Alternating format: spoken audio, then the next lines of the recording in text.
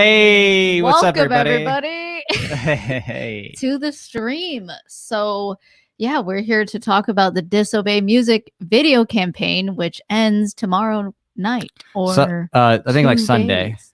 Yeah. Yeah, Sunday morning, Something like that. like really early. Mm-hmm. Yeah.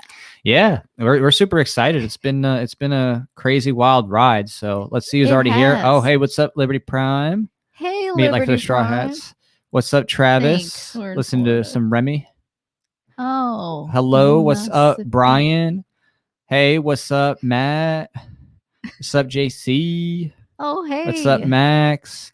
And by the way, if you're watching this and it happens to be on like a personal profile, like of Jack or Pho, and you want to be able to like comment stuff like that and us to see it, then go to the YouTube channel. Go to the YouTube channel if you want to, comment, and it pops up for us. It also pops up on like pages and stuff like that, but YouTube's best for sure. Hey, okay, let's see who else is here. Okay. Oh wow, we got a lot more people. Okay. Hey, what's up, Augustine? What's up, Strike the Root? Hey, what's up, Rob? Strike the Root. What's up, LJ? Oh, I think I know what Justin. Oh, hey, Justin. Nevada Cario. Hey, Nevada Cario. Yeah, this is gonna be fun. We're gonna be playing some games. We're gonna be doing some. It's one of those. It's one of those, yeah. For those of you like Nevada Cario, every time I just say the whole thing. No, Pika. So yeah, you were there last time. Yeah. Justin's new. Strike the Root. Liberty Prime, you were there before. Yeah, so some old timers. Yeah, and Augustine here says, "I love Foster wants more music videos." Well, that's perfect because that's literally exactly what we're trying to do. Actually, today. Specifically, we are actually specifically trying to fundraise and finish up here for the Disobey music video campaign, which you've probably been seeing a lot of. We've been doing me when I'm 50. Yeah, 40. 45. We've been doing pretty well so far with it. We actually, I think, are at 5,740. Our minimum goal originally was 3,000 just to do a very bare bones music video, and the ultimate goal is 10,000 with, a big production crew. But obviously, between the 3 and the 10, we have lots of room for helping us improve everything because 3 was the bare minimum. Right, that was bare minimum, and that now we can actually 6,000. So yes, just thank you to everybody who supported. Right, and that's our goal for tonight is to surpass and get to the 200% funded, which I think we're at the bottom. It says right there, $240. Right, $240 more. And when we unlock that second stretch goal, actually, that unlocks another perk, a bonus perk for backers at the art print level or higher. We have another awesome art print. So if you really like that first one that has, of course, the Pho or ball and cap kind of character kind of mix with Gates and Fauci, that's really funny. It's cool. It is pretty cool. There's another it's cool like spirit animal. It's like, oh, I draw what if I was buff. Big, right? Basically, it's like a super souped up version. Tall. So there's going to be another one of those, and with a new artwork being released with that. And trust me, you're going to want to see it. It's super cool. I designed it already, and it's it's going to be something you're going to want to see. And of course, people will see it too. In addition to getting it as an art print, it'll go out, in digital form as a little promo thing too to show people stuff. Yes, you will definitely get to see it. So why don't you tell everybody here the kinds of games we're gonna be playing? Oh, that's so exciting to say. So there's 2 games. One that we're gonna do is basically a game where you're gonna be like guessing who the factoid is about. Is it about me? Is it about Jack over here? So we're going to be giving facts about each other, factoids. And so you're going to guess whether that fact is talking about her or talking about me. And you get to play based on, just to help support the campaign, based on those who, are helping to move up the funding goal here. So if you do that, then you're eligible to play. And then we're going to have little markers here. I'm going to show you really quick that say whether you got it right or wrong. It's like a game. So if you get it right and it's me, then I'll go Jack. If it's right and it's Pho, you'll get Pho. And if it's wrong, we'll tell you. But then we'll tell you after whether it was Jack or Pho. So it's just a fun little thing that we're going to do with that. And then later on, what are we going to do after? Then we're going to do Mad Libs. So that'll be fun. So for every support, and you don't have to, some people want to be anonymous, but if you support on the campaign, then you can just throw in a guess. And so that's the point, is playing this game with us and helping us to fund the music video and see how far we can get. So, and we should also mention here that there is something else that comes along with each support. So why don't you go ahead and show what we're going to do with each support to make it a little bit more interesting?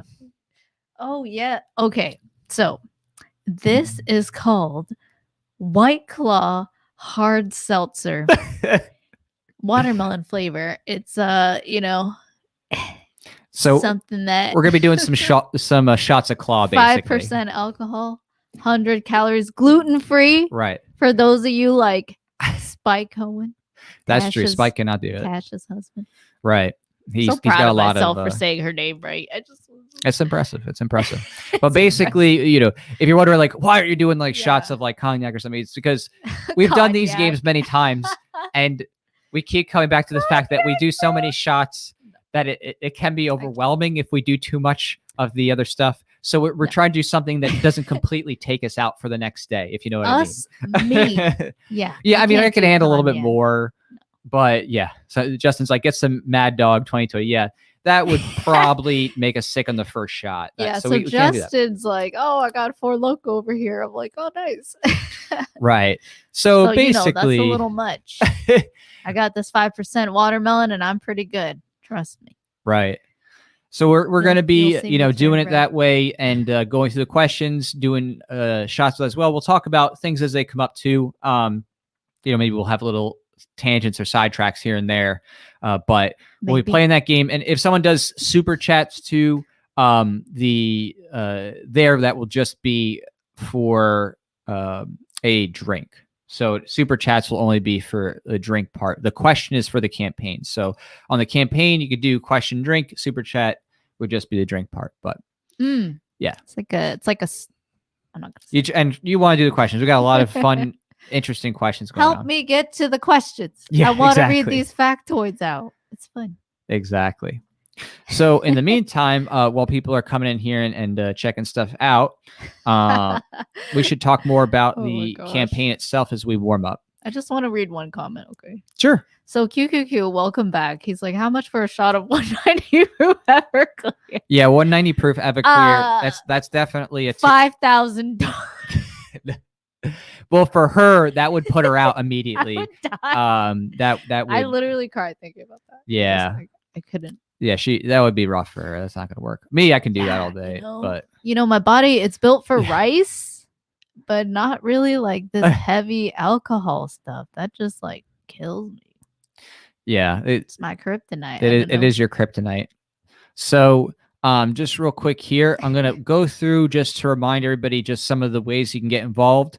The one that's been pretty popular right now is doing I'm gonna try to find it. There it is doing a roll credit. So basically, you can get a roll credit shout out, and there's 2 versions of this. There's a roll credit where you actually get physical perks as well, and then there's a roll credit where there's no physical perks. So that's just to like keep the cost down. And for people who are international, like the shipping's a bit high, and it's just because of the government, all stupid stuff, the shutdowns, lockdowns, as you know. That's why you're here, right? We just want to keep the cost down for people who might want to do that, but are international and so don't want to pay all the crazy extra costs for shipping. So, That's a good point. I mean, yeah, is that why everyone's here? Is it? Well, I mean, that the point was talking about the Disobey music video. So what are we disobeying here? We're talking about how to resist all this tyranny.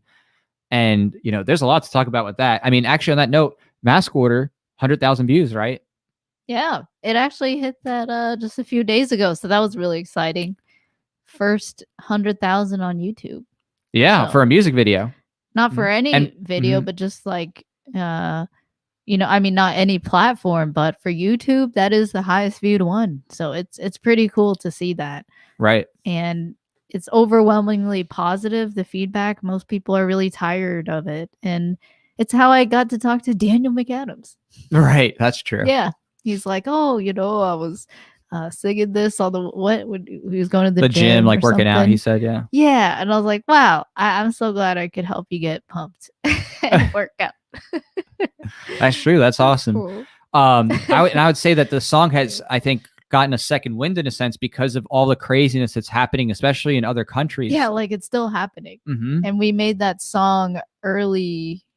Yeah, we planned it out October and did it in October, and then we released it, I think, Yeah. early November. Mm-hmm. Right. That's right. Ended 2020. Right. So where are we at? We're in October. So almost a Next year later. 1 year later. And it's still going on. It's crazy.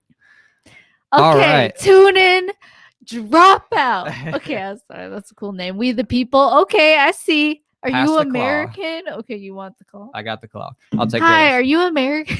All right. So All right. Get down your straw actually, hat. and because that is a higher amount for the super chat, we can do the question. Because I was thinking if someone just did like a little $5 thing, whatever, that'd be whatever for a shot. But for 25, we'll definitely do a question and kick it off. So thank you so much. Appreciate it. Tune in, drop out. So let's cheers to that. Cheers to you and cheers to Liberty. Cheers. They're Let's trying to get change the this culture party here. started. Look, All right. it's like what's that? Carbonation. Carbonation. Ching. All right. So why don't you read off the first question? Any one of my choosing? Yeah, I mean you can, but if you want to stay organized, you can just do it, one or the other, whatever. But just keep it here, and then yes, we'll cross off as we go. All right. Okay, so Dad was a stripper at one point. So the question is one of us has a parent that is a dad, and that dad was a stripper at one point. So these are factoids. This is not like made up stuff. This is real stuff. Thanks for breaking down my sentence. Yeah, I'm just trying to make it extra clear. So the question is to tune and drop out. Was it Jack or Pho? And we'll let you know with our banner stuff here whether you get it correct. Yeah, exactly. And we have little like icons. Like so, if you guess correctly, it's me. You'll see this little check mark. It's like me. Right, Ding. exactly. And then So, but it's up to tune in, one. drop out. So only tune in, drop outs answer will count. I see a bunch of people answering, which is cool, but only the person who does either the enough on the super chat or on the campaign will get the official answer for validation. So what is it going to be? Tune in, drop out. Travis. Is it going to be so funny. Jack or Pho? I see. I don't know if he's. He's like, I'm out. Is he deliberating?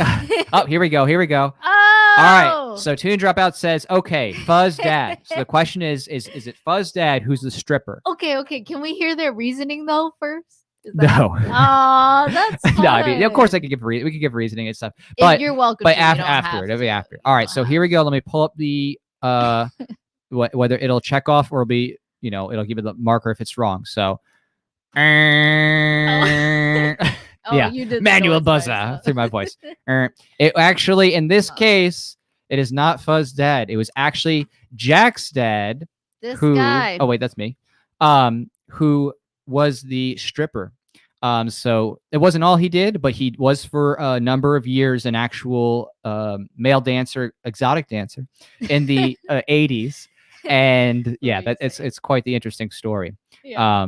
But let's just, back in the 80s again, these are guys who had like for playing. Really hairy chests and they had the little tuxedo, things. Yeah, it was that Chippendale literally dancers? what you imagine there. Chippendale dancers? Yeah, like Chippendales, basically. All right. I know. Thanks, Martin. Okay, so that's at just a drink level. So pass over the claw. Thanks, Martin. So that was a good thought, though. It was a good question, right? I do wonder if he's got a reasoning for that. I would love to know your reason. I mean, just tell me. Yeah, it's like what are you trying to say? Yeah, no. What are you trying to say? What are you trying to say? What are you trying to say? Okay, well, cheers, Martin. Yeah. 2 ends, 1. All right, so this is cheers to Martin. Is that euros or pound sterlings? Could be pounds. Yeah, it's hard. It looks like It looks like euros. All right, we're gonna play that game. Euros. Yeah. I guess euros. Yeah. All right. So cheers. Thank you so much. Cheers to that. And that was a fun first question. Okay, let me grab this. It was fun. That was fun. And and also you're like, and I'm glad that everybody knows that my dad was not a stripper, mind you. For the record. Yeah, for the record. My dad did many things, but he was not a stripper. A stripper, he was not. All right, just checking over on the campaign. Okay, nothing new on there. It's still at 51 backers, 191%. Okay. Thanks, tune in, tune out, and Martin. So I said, really, just a guess, no it's particular euros. reason. Thank you. Awesome. So there you go. He said just a guess. It was just a raw guess. He didn't have anything. Oh, I see. Right. Right, because what? Oh, that's actually the best answer. There good. You go, the safe answer. You're like, I don't know. I can't. I don't know. I'm like, good. Either that, he's like, I was playing T-Pain and. But yeah, I mean, it's pretty crazy out there how bad things have gotten in some of these places like Australia, where people are literally being locked in their homes, having police, in giant droves sitting outside of food stores and threatening people and stuff. Like an army, yeah. And they have so many guns and tasers and masks. Right. Just telling people, hey, why do you have 2 people in the car? Right, yeah, we saw them stopping people. Me wife mate. Like, I don't know how they say it. But, me wife mate? Okay, what is that? Sorry. Is it like pirates? Pirates of the Australian continent? Okay, I try my best. But anywho. Yeah, it's a police state, of course. Absolutely. It's horrible. 100%. And the only thing they can do is go to the store. Right. There's like 5-kilometer, restrictions in Victoria. Yeah. They have to like get permission slips, like, like you're in kindergarten or something to even go anywhere, do any work. It's absolutely insane. It is like kindergarten. It's like you're in class and it's like, hey, go to that class for 8 hours a day. It's your home. And you can only come out for play at this controlled area, that we give you. And yeah, it's pretty insane. It's up to everyone. I think everyone's having to make a choice who is faced with those kinds of violent lockdowns, like in your face, just control. It's just outright. It is totalitarian now for them. They have drones everywhere watching them. They don't have free speech anymore. They can have police come to their door because of what they talk about online.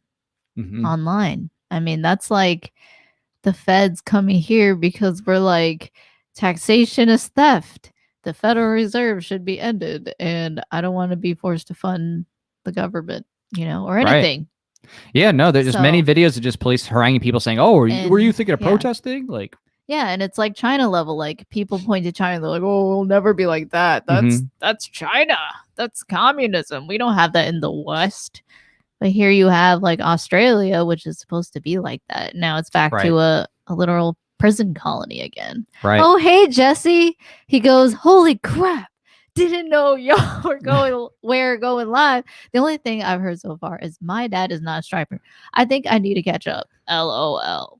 Laugh out loud. Okay, yes. That's cool. But yeah, welcome. It's so good to see you. I love that picture of us. Those are good times.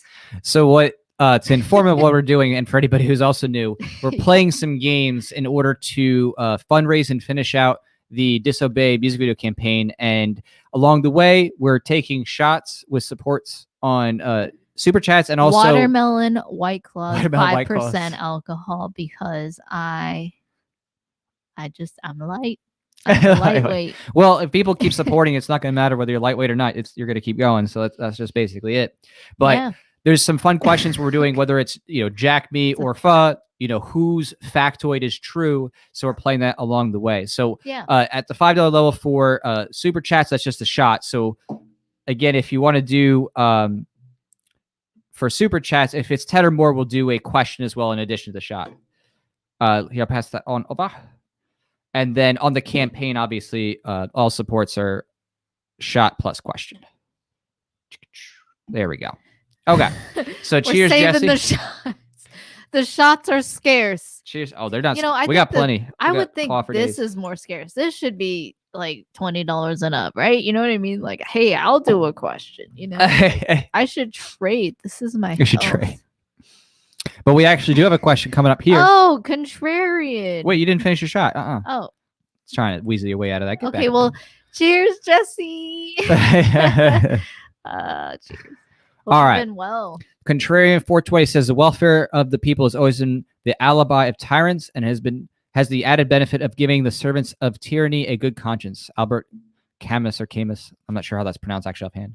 Camus? Camus. Yeah, I don't know. I forgot whether it's Camus or whatnot. All right, so that is a great quote. Obviously, That's is such a very good point. right relevant today. Because the point is just for them to concentrate all the power and resources. Like Mhm. that's the point. Did they not get it? Did they not see how rich these like politicians are? You know, these career politicians, Republicans or Democrats or even libertarians. I don't know. You know, like they just have like money and they're just like trying to, you know, say like that they're just working for everybody, but they just want a lot of money, you know?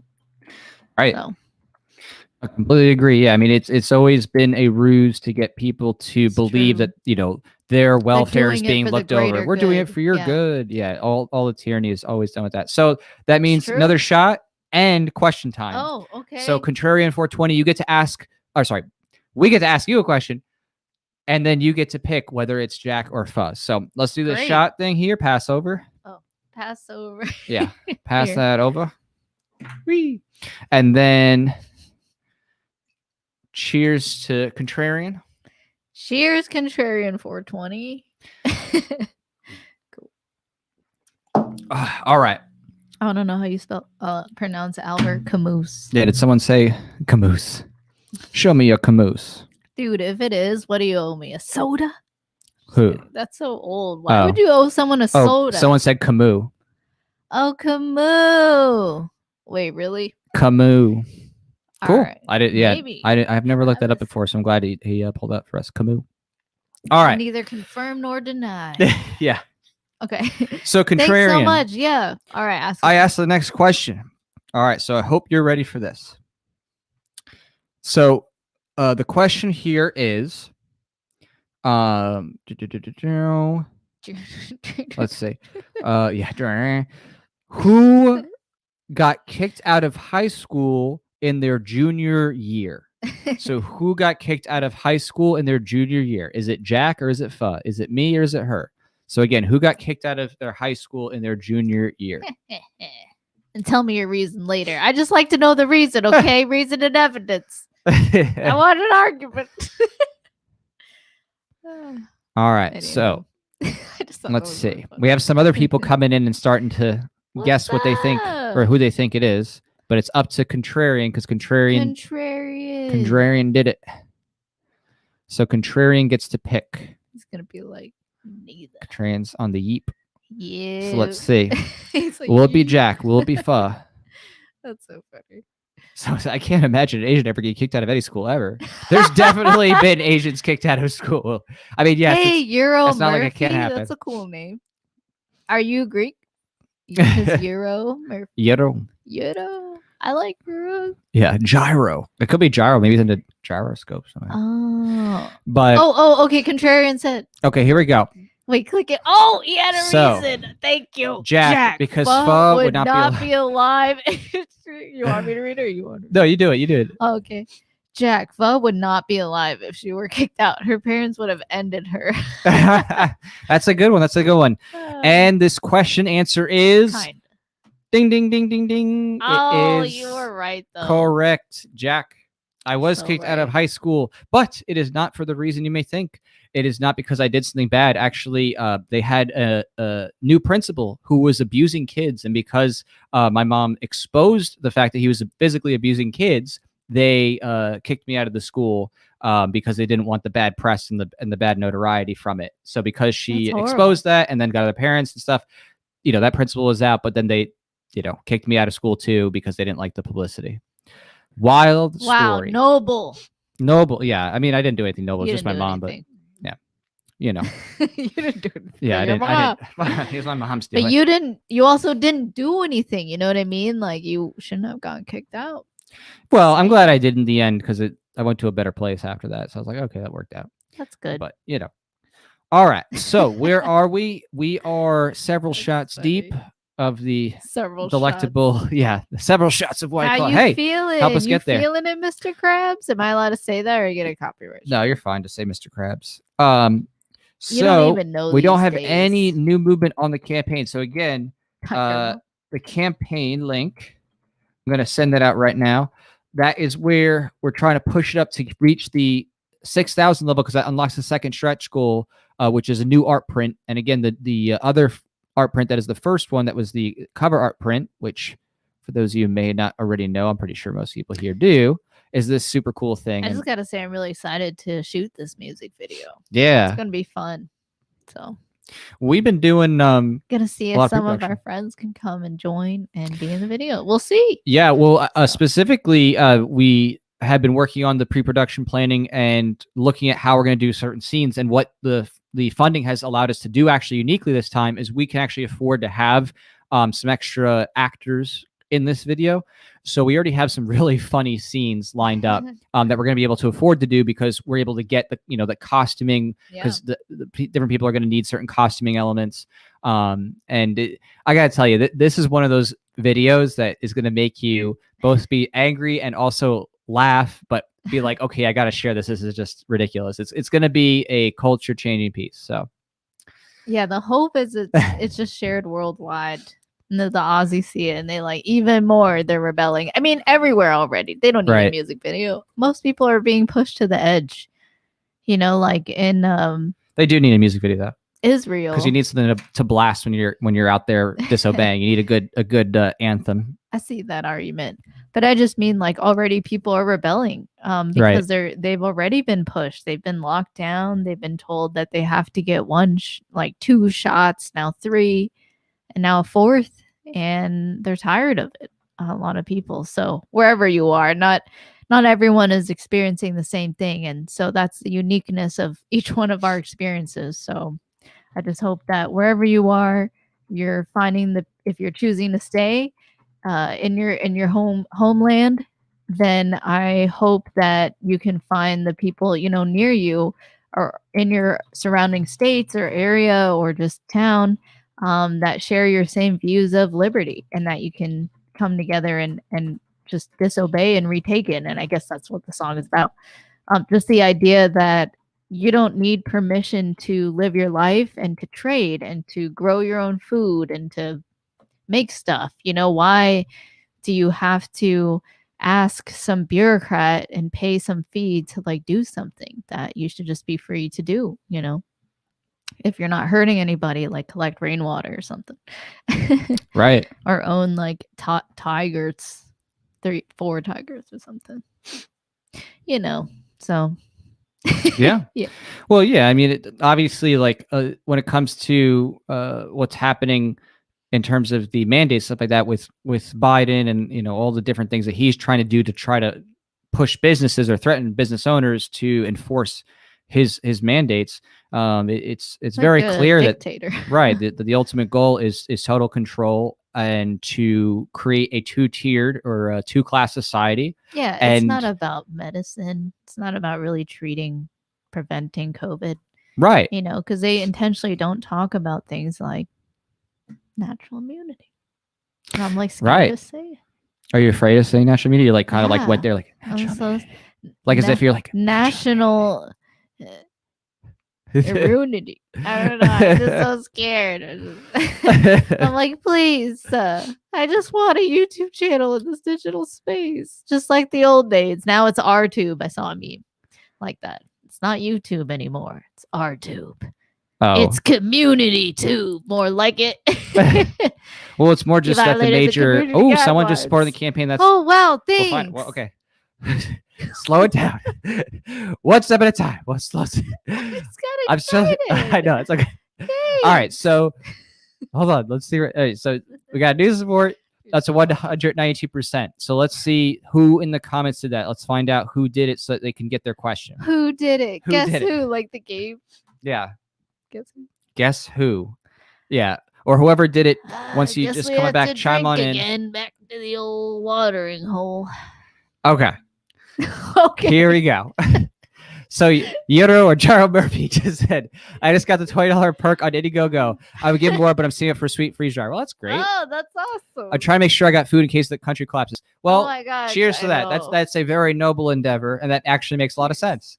But thank you, though. Thank you for that. And also, we'll be asking a question. All right, so cheers to that. That's what I'm talking about. Here we go. Okay.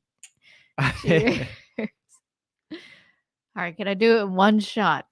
Usually it takes 3. Okay. 3, you got this. All right. Very good. All right, so Giro, or I'm not sure if it's Euro. I don't Thanks, know. Euro Murphy. You tell us. So we're going to Thanks ask on you the a question indigo. here. Fuzz going to ask you a question, and it's up to you to figure out whether it is Jack or Pho. All right. Okay. Was a sprinter in high school. So which one of us do you think was a sprinter in high school? I mean, by sprinter, obviously athletics, school athletics that we're talking about. Not just who'd like to, run, here and there. Yeah, I sprinted. But like join track and field specifically. Right. Actually was a athletic or athlete, doing that. Yeah. So is it Jack or is it Pho? Who was a sprinter in high school? That's a good question. Down. That's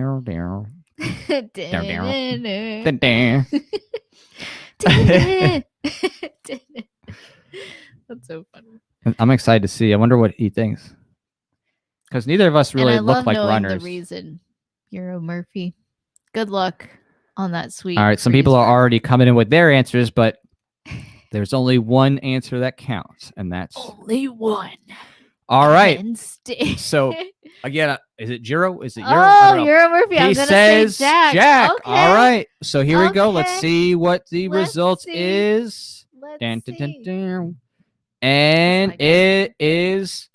I'm sorry. Euro.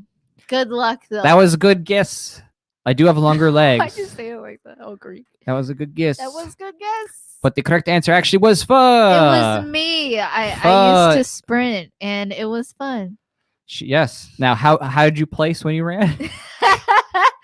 It's something that I tell close friends.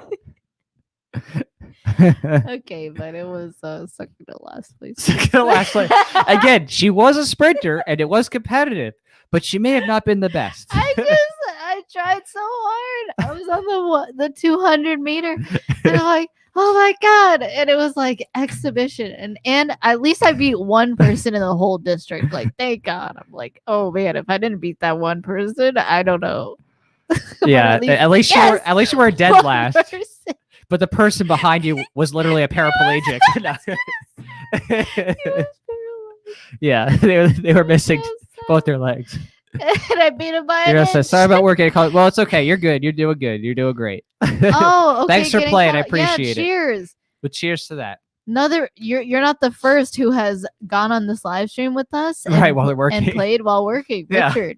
I mean, hey, it gets boring out there. All right, but we're not done here. We have David. Oh my needs drinks, and he is eligible for a question without him. I need another liver. Okay.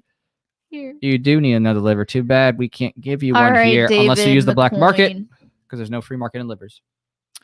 All right. Cheers, David McCoy. Cheers to I just got to put this on the record. The black market is not the free market. Okay. Right. It's a market that is, in some ways voluntary, but it's not open and transparent like you would have in like a public legal market. So the point is to not have, any like forced restrictions, on trade. Right. The black market's in response to it. Yeah, exactly. All right. So David, the question for you here. He laughs. Thanks, David. The question for you is whose first car was a 1993 Lexus S300? So whose first car was a 1993 Lexus ES300? Can we get taken down for that? Like singing happy birthday a certain way? Like if you sing it. Isn't that crazy, guys? Stores, they can't sing happy birthday. They have to come up with some dumb happy birthday remix. They're like, happy birthday. I'm like, that's not how the song goes. Anyway. Yes. It's always good to be careful and know what the law is before you get in big trouble. Whoa, David, you get to play again. David did another. Okay, that's another play. Okay, so you get to play again. All right, too. Jack. So he says, "Is it Jack?" First car was a 1993 Lexus ES300. Was Jack's first car the Lexus? Folks? That is an important question. Know. And the answer is okay. No. Sorry.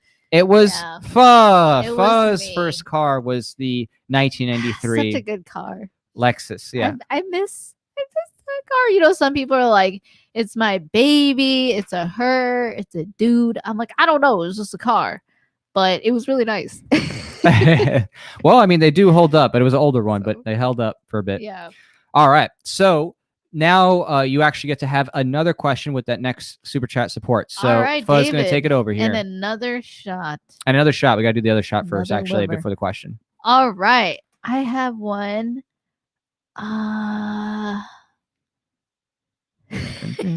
Here, take this before you pick it. What? Yes. Oh, before. Before, because it makes it more interesting. All right. Cheers. All right. Cheers, David. Thank you again. I'm excited for this next question.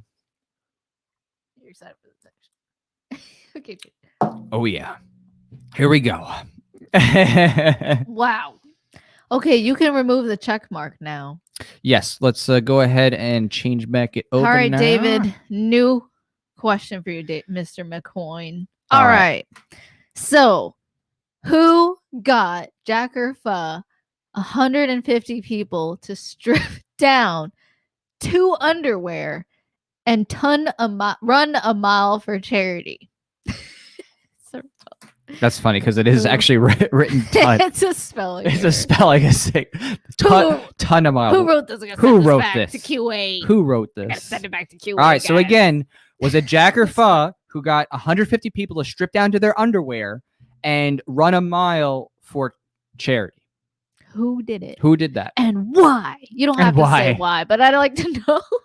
And he says Pho, and he's doing another one. Okay. All right. So you're thinking, you're doing it again, David? got another question. Oh my Okay. gosh. Okay. So he says Pho. Okay. Who is it? Let's show up. You're gonna find out, David. And you're gonna get the... So the question is, who got 150 people to strip down in their underwear? Was it Pho? It was not Pho. Unfortunately, Pho does not have that power. Only I have the power to get 150 people to strip down to their underwear for charity. And so if you want to know the backstory... Don't worry, they're all the same age. Yeah, well. So basically, back in the day, I... whoops. I did the undie run. I actually orchestrated the undie runs at a college I was at. And I did the first one ever at the school I was at. And I did a bunch of like guerrilla marketing for it, did a bunch of flyers on campus, stuff like that. And I got 150 strangers to come together randomly. And the police showed up and they're like, okay, next time just let us know if you're gonna do this. But I'm like, yeah, screw you guys. But the police, they even loved it because it's like all these like college girls in underwear. Police. Right. We're gonna hold is that okay? Yeah, is that okay? So yeah, but the cops were like taking pictures of all the girls and stuff like that. It's like, you know what I mean? They're like, yeah. So whatever. But we the clothes that were taken off were donated. So they were donated to charity. So it was a charitable thing, but it was a fun, crazy experience. And then everybody jumped in a water fountain. You donated to charity. Wow. Yes. I mean, hey, if I get people to strip down to their underwear and run and for charity, that's it's a great good day. Cover if I've ever heard one. I mean, the best cover. All right. I'm just doing a charity. Hey, maybe we have to do that for donate your clothes. Maybe we need to do an undie run charity? for liberty. Maybe we do an undie run for liberty. Guys, sounds great. I'm just saying, if you don't have more than one outfit, I'm just gonna be like, look, we gotta go to the mall and get you another outfit because you just having one outfit is not good. Oh my goodness! Like, just go to Ross or something. I mean, yeah. I mean, you just pick up something to donate after. You can donate something new, of course.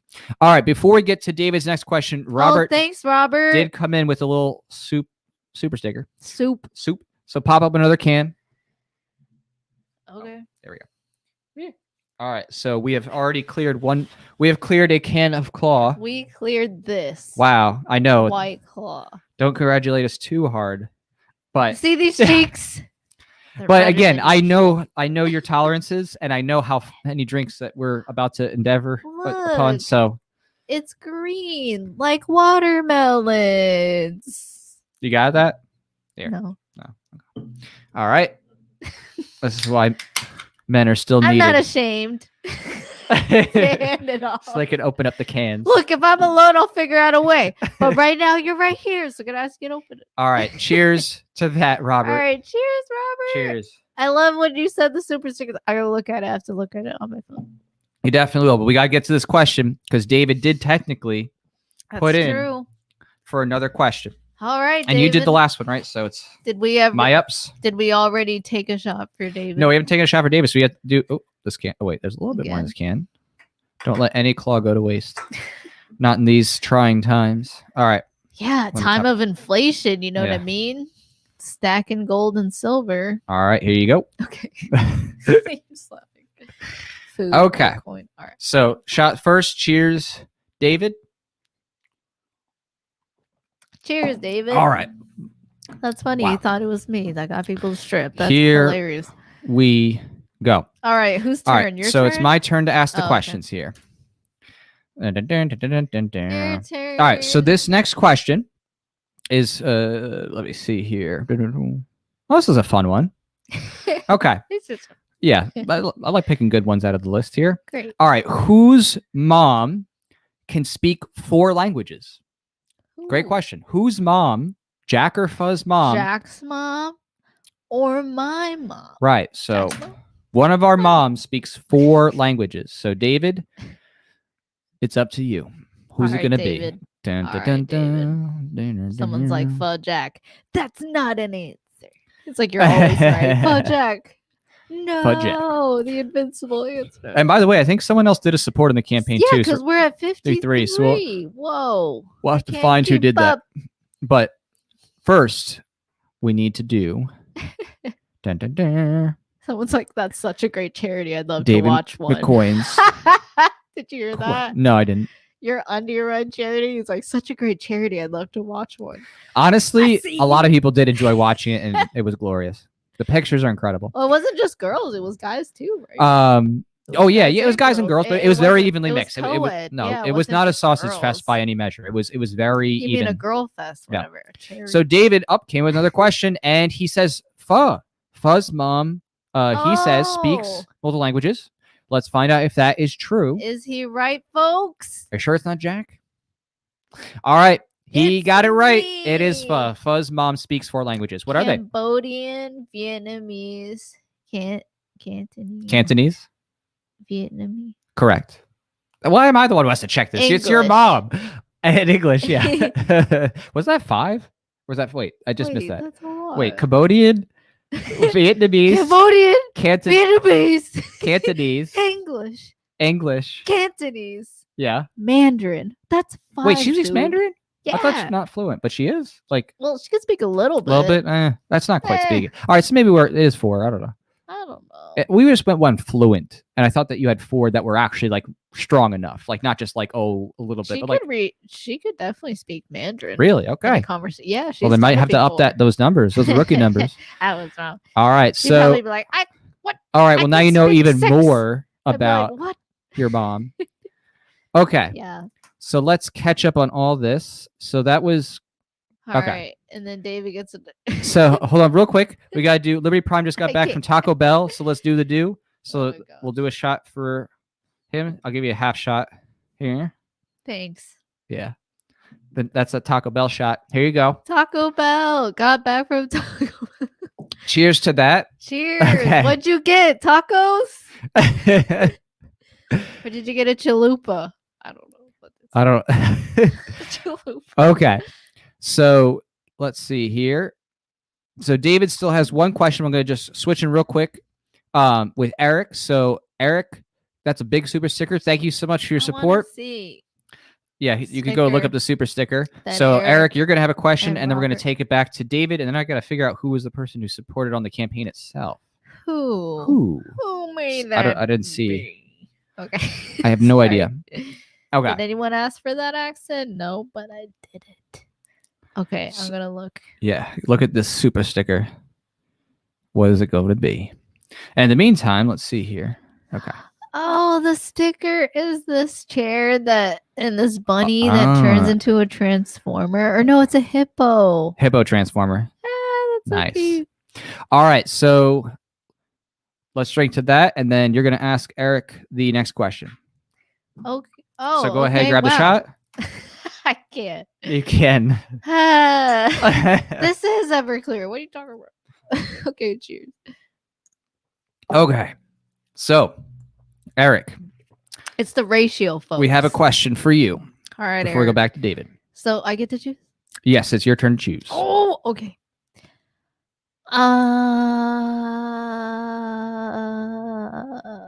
Okay. So, whose dad opened for Frank Sinatra? Mm, Jack or right. me?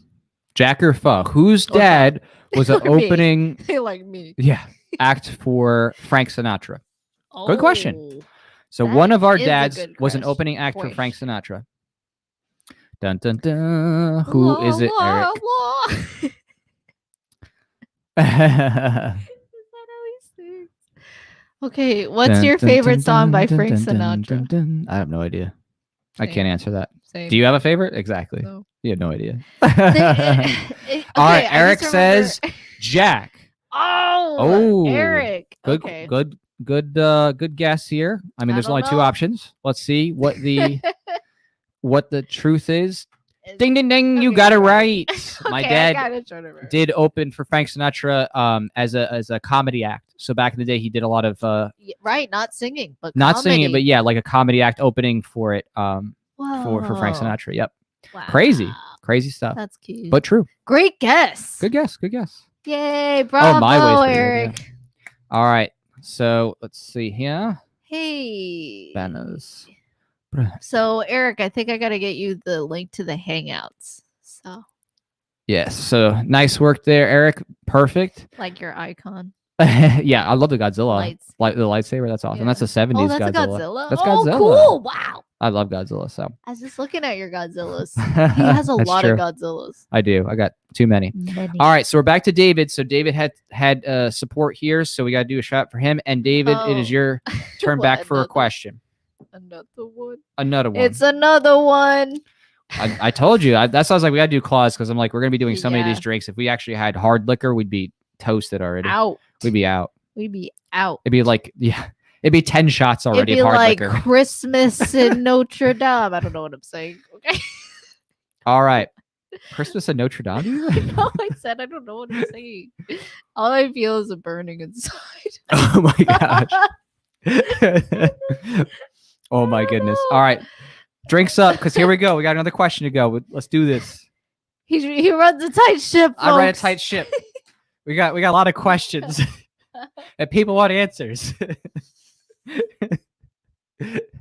If anybody's do? drinking with us at this point, they're gonna if you drag for every time we drank with anything harder than this, you're gonna be gone. Ooh, that's the game. Can you keep up? All right, so David, what question do we have for you? Let's take a look. Is it your turn? Yes. All right. Hold on.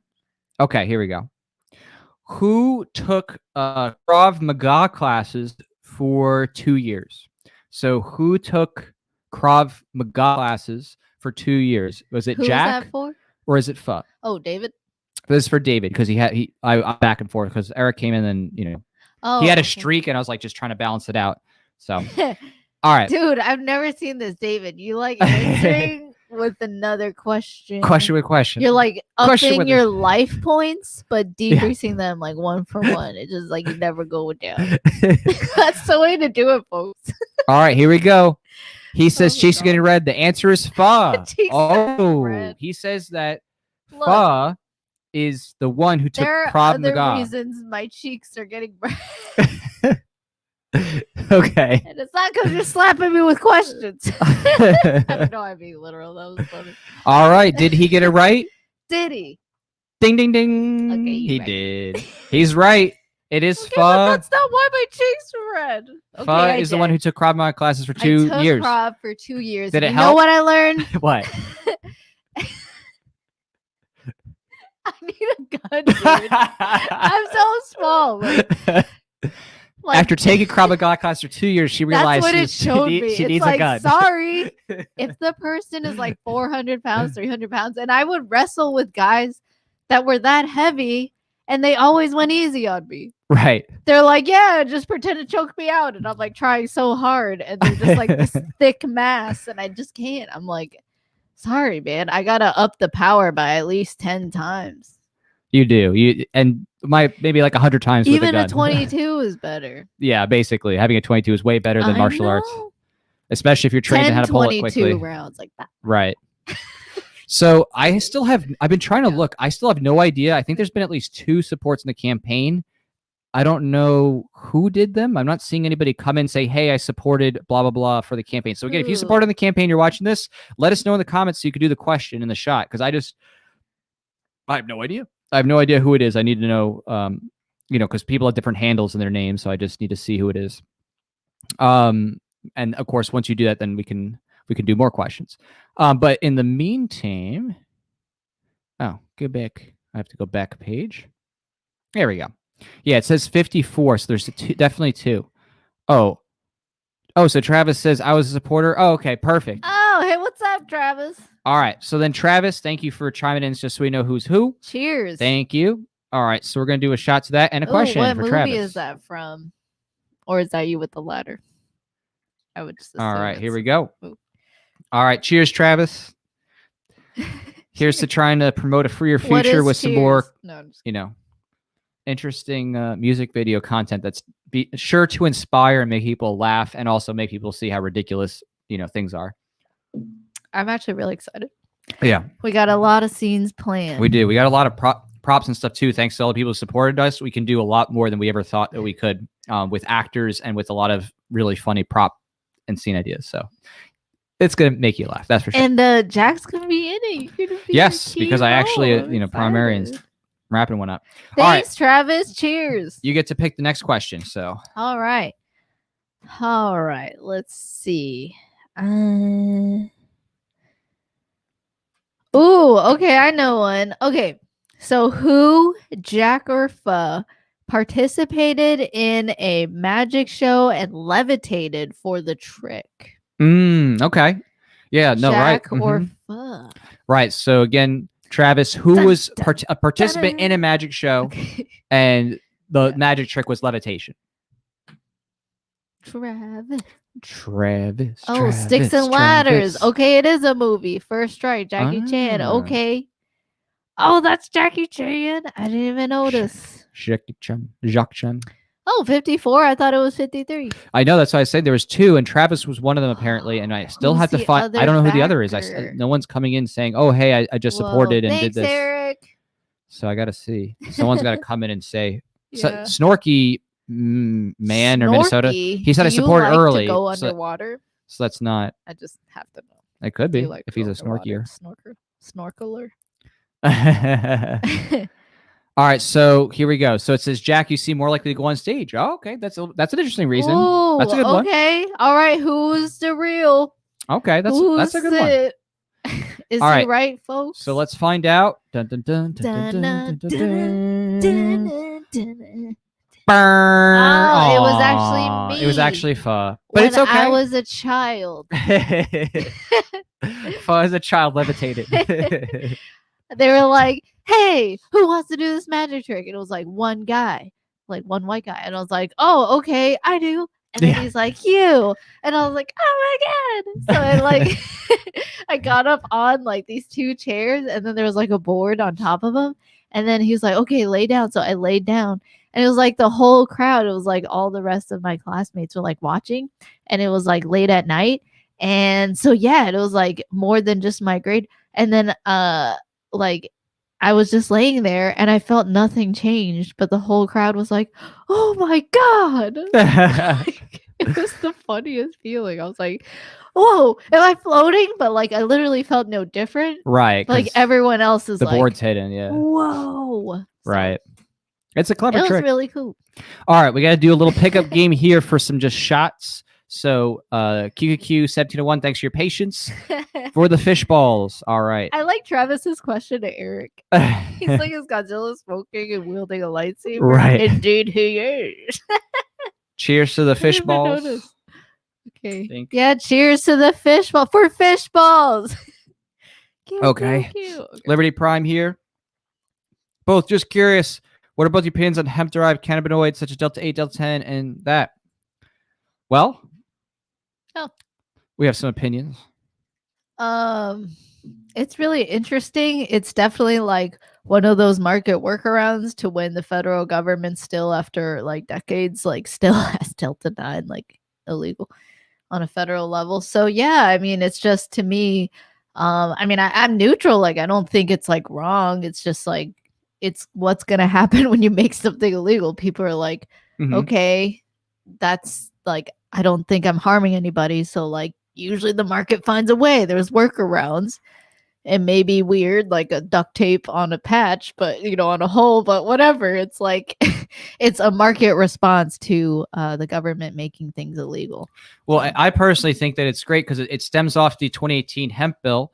It was a farm bill specifically at the federal government, and why it's great is because those things are allowing people in states where it's not full rec yet to already start to taste and start to see what it's like to have those things, right? It's actually changing the discourse and starting to open up people to the idea of having full legalization, decriminalization, whatnot. And from what I've read online so far, it's normalizing it.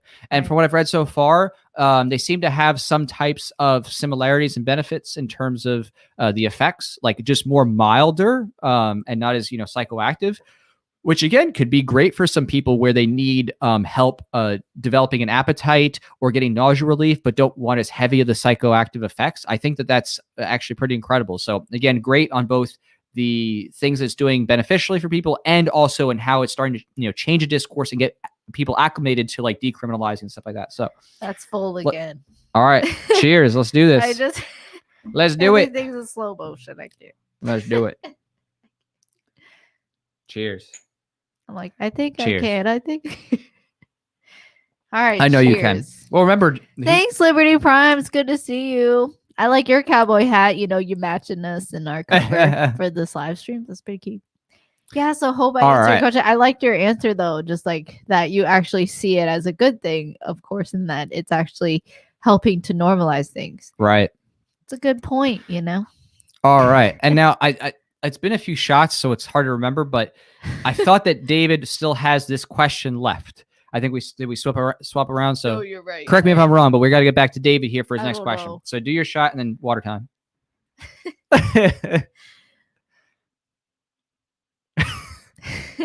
Is this water? That's not water. What comes next will be water, but that's not water. I don't know. Oh, actually, you have your own water. I don't need to give you water. Oh, thanks. Yeah. There you go. Because we're in it for the long haul, baby. All right. So, David, I forgot who asked the last question. Okay. I did the last question, right? No, you did the last question. Yeah. Now it's my turn. I did the last. Okay. Here we go. All right. So, this next question for you, David. Was it Jack, me, Joe. or Pho who totaled their car at 16? So who totaled their car? That is, wrecked their car at age 16. Ooh, so that's a good question. Who wrecked the car, Jack or Pho? Who wrecked? And why? Tell me why. That sounds like clearly the Asian wrecked their car. Hey, I love. Boom, called it. Of course. This is where. David this is where the prejudice works in my favor. He gave us 4 ha's. Ha ha ha ha. All right. So David says that Pho wrecked the car. Okay. Well. Okay. Let's see how this goes. What's your reasons? It was Jack. I wrecked my car at 16. I was coming out of the mall and I was going very slow, but there was a car that basically had come out from behind a line of cars. There's a line of cars, and then they sped up around. So when I was coming out slow to make a turnaround, they sped up and smacked me right in the side of my car. So there's no cars when I started, but because someone at the back got impatient with the line and went around the line and sped up, That's horrible. Hit me. And then it rained a little bit, and so that totaled my car. Were you scared? I mean, when I was first hit, I was like, oh, my friends in the car got out of the car, and I'm just like, oh, this car door is in my body. You had friends? I had friends. I had like 3 friends in the car. The car door was in your body? Yeah, the car door was in my body. Like I was fine when I walked away from it, but like the car smashed into me. But oh my gosh. Okay. I'm glad you're okay now. Me too. All right. So yeah, I'm glad I'm alive now. Let's take a look. I'm going to try to see if we can track down who this other supporter was and see if we see who they are. Thanks. Oh, David. I see. Okay. So, I think maybe they did use their. name. Hold on 1 second. Oh. Let me see who. Let me see if I can find this person. I think I saw them. I thought I saw them too. There you go. Tell me you're not taking shots of White Claw. Wait, yeah. So Eric, you actually can take a or you can do a question. We're gonna do a shot in your honor. Of White Claws. Yes. That's all I can handle. And yes, I've had 10 and I'm barely hanging in. So, All right. So Eric, this is cheers to you. Cheers, Eric. For the campaign. Mr. Lark. Hey, we're doing pretty good actually. So we've cleared two clams. Two clams. Two clams. Yeah. I love clams. 2 cans. They're so soft and supple. 2 cans of claw so far. We got plenty more. We can keep going. All right, cheers. We're prepared for the worst and hoping for the best. Cheers, Mr. Lark. Cheers, or Eric. Eric. All right. And you now get to lame. He's like lame. Well, yeah, lame until we keep drinking and drinking and drinking until there's well, no know what's not lame? Not dying. Yeah. And keeping my kidneys. So I'm gonna keep my kidneys. Or is it All liver? Right. I mean, it could affect everything. It can affect both. Liver's what you think about the alcohol accumulation. All right. So you're asking the next question. So let's see what's going to be next. All right. All right. So next one. Who likes latkes? Oh, that's a good one. So latkes, for anybody who doesn't know, they're like potato pancakes. Oh. So who actually likes latkes? One of us, not so much. One of us does like it a lot. Ooh. So who is the latke person? Who likes latkes? Excuse me. Down. Who's asking? So this is Eric. This is the person we're asking. Is Eric? Because we tracked him down. We found out who. We tracked him down. We're like the state. We're like one of these people just supported here. Down. We saw you were talking about liberty. Yeah. And we'd like to ask you a few questions. Can you show us your ID? When a cop asks you to show your ID, you know what you say? You don't say anything. You shut the F up. You know those lawyers? I do know those lawyers. Not personally, but they're like New Yorkers that moved to Cali. I'm like, oh my gosh, that's funny. All right, so who is it? Is it Jack or is it Pho? Eric. Who? Eric. Who? Liberty. He's probably asking his wife wisely. Liberty Prime. Who is it going to be? You've had 3 wrecks within 3 years. All right, years. so he is guessing Pho. Oh, wow. But he's spitballing. Why did we both say that? Because it's an interesting outcome. Tell me why. And ding, ding, ding, ding. You are correct. Eric, you got it right. I love latkes. Your spitballing is a win. I'm not a really big fan of latkes, but she loves latkes. So you got it. I never really had Jewish food growing up. Yeah. It's really cool. I usually just had like pho. Yeah, you had Asian food growing up. Goikung and clams. Yes. Like a lot of seafood. Basically. Yes. Yes. Cheers. Yeah, I mean, it'd be too obvious, right? If we said like, which one of us likes clams? I mean, it's pretty silly, And also, good thankful duck speaker, Pot Brothers at Law. That's who I was quoting exactly, or impersonating, or doing an impression of. Mm-hmm. I think it was the latter. Doing an impression of. Is there food Pho doesn't like? QQQ asks. QQQ? You be the judge. Take a shot, not White Claw. Take a shot. Tell me, what is it? Is it, if it's not 190 proof, you're a soy boy. You're weak. You're weak. Yeah, it's like, if this isn't moonshine. Hey, I admit I'm weak. All I can handle is that. All right, take care. All right. Okay, bye. So we have several more questions to go. Let's see where we're at on the campaign. We are currently at 54 backers. We're at 5,000. 837. We're actually really close to breaking the 6,000 mark, which is kind of like a big goal. So the question is, can we break the 6,000? So, dude, Liberty Prime has good taste. He said, yes, clams are good. Heck yes. You like some clams. What do you like to dip it in, Liberty Prime? Do you do butter? I can't have butter. Yeah. But did you know like some lime and salt and pepper? That's pretty good. Or like we tried at the hot pot when the owner made us some sauce. That was so cool. that was like house special, or it was like special soy sauce, right? Mhm. And it was like soybean and cilantro and garlic and chili. And I was like, oh my God, this is the best thing ever. It was really good. So yeah, is that what you like? I don't know. Only he could tell you. But only you can tell me your thoughts. That's true. Is that true? Well, yeah, I mean, it's non-falsifiable, right? You can't know for sure what someone's thought is. Right now, Jack's like, I gotta do this stream. I don't know. I mean, that's true. We definitely are doing this stream because we're trying to get close to making this music video thing. And actually, are you excited? Oh, I'm so excited. So basically, because I'm going to be in as a major role. Right. Well, I mean, I've been director. That's a major role, but just on camera. So, we actually have a DP. Right. So, well, yeah, I lay out like the major scenes, but this time we actually have someone that's dedicated to shooting. We're going to have set help for doing some lighting stuff. We got props. There's going to be a pool scene that we're going to have some people, extras and stuff. So we're going to be calling in and doing some casting calls for that. And casting calls. Yeah, I got to do some casting calls because we have to both see if if they can actually fit the role and make it on the date they're going to shoot. Yeah, so we have a lot of people in mind, but that'd be cool to see who else would be down. Right? Yeah, I mean it's going to be pretty happening. So yeah, I love the perks. Like a lot of people got the credit, just the digital credit, and like you said, especially if you're international, that makes sense. If you don't want to like have to pay the extra for international shipping, then getting the digital perks makes sense. But also the physical ones too, if you can. So you can see what that is in the campaign, which is linked right there. So Travis says, who plays Gage and Fauci? That's a good question. Like there will be some you can say either implied or direct reference to certain people. The way that we frame it, you'll have to wait to find out. But yeah, you're gonna see some some interesting things. Sorry, I just had a laugh.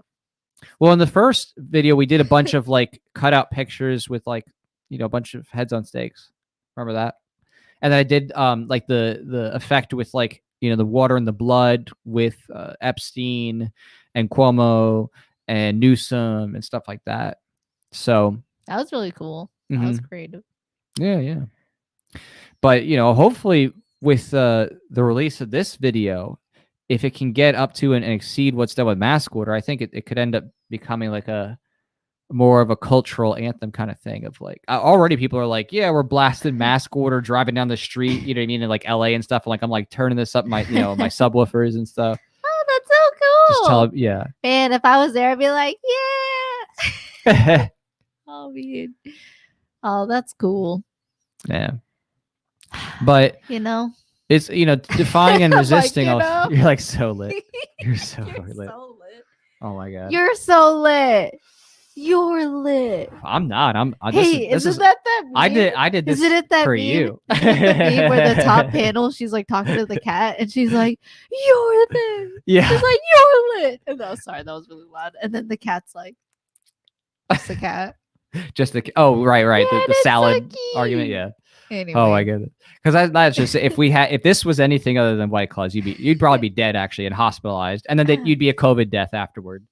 They'd be like, they're like, oh, she's got alcohol poisoning. Actually, she tested positive. So she tested positive, folks. We're gonna put the PCR cycle test up to 500. I'm just kidding. So David said Jack needs to catch up a few shots.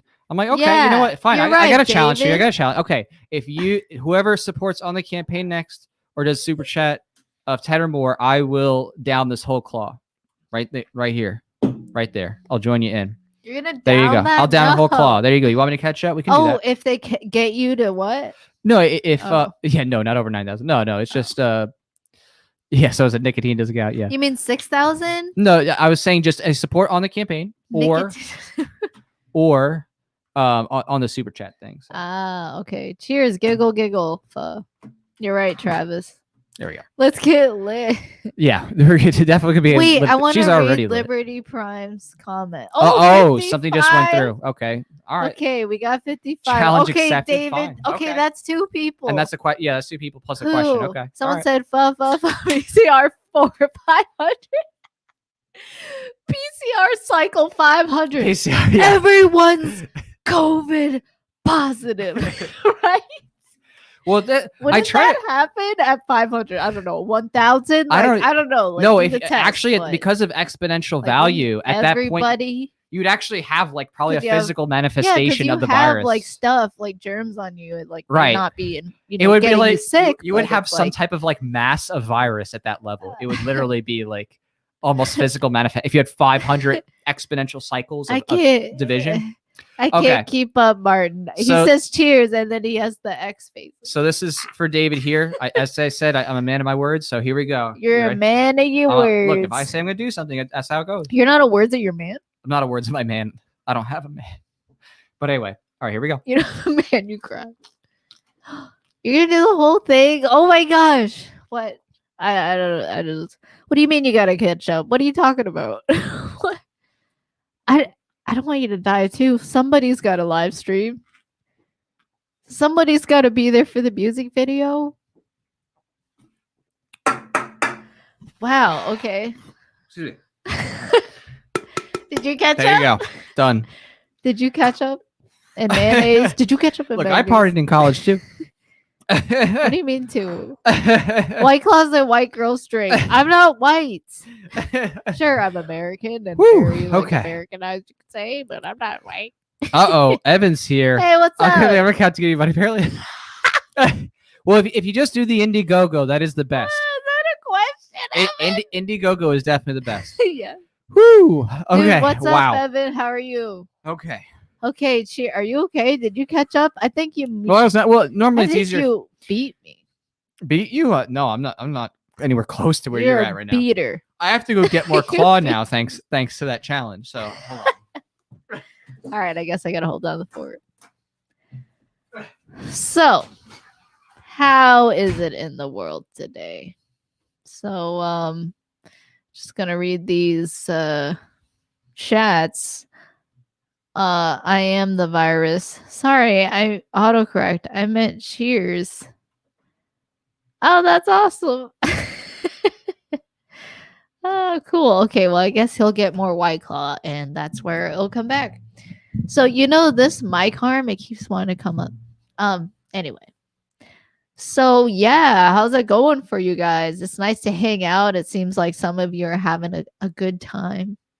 Are you guys just seeing people disobey in your area, or are you still seeing like a lot of people complying? Because here I would say it's like half and half.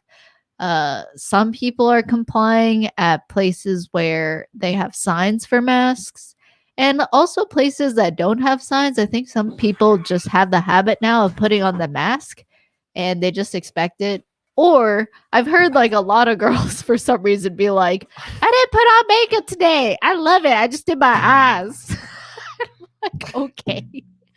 I'm like, I don't know. I just don't like being muffled because like when you're muffled, it's just like me talking like this. It's just like, you can't even see like if I'm smiling. Am I angry? Like, am I smiling? You don't know. You don't know. You don't know. Okay. Oh, you live in a no compliance area? That's awesome all the time. Great day. Yeah. Are you okay? Yeah, I'm all right, Evan. Are you a nurse? Give me advice. Definitely a great day. Definitely a great day. All right. So we got plenty more claw. I like how it's all a question. We're reclawed. It's all a We're question. reclawed up. Reclawed. We're reclawed. Well, we got to do questions now. So David's got another question to do. So many questions. I can't even remember. Was I the last one to do a question now? I don't know.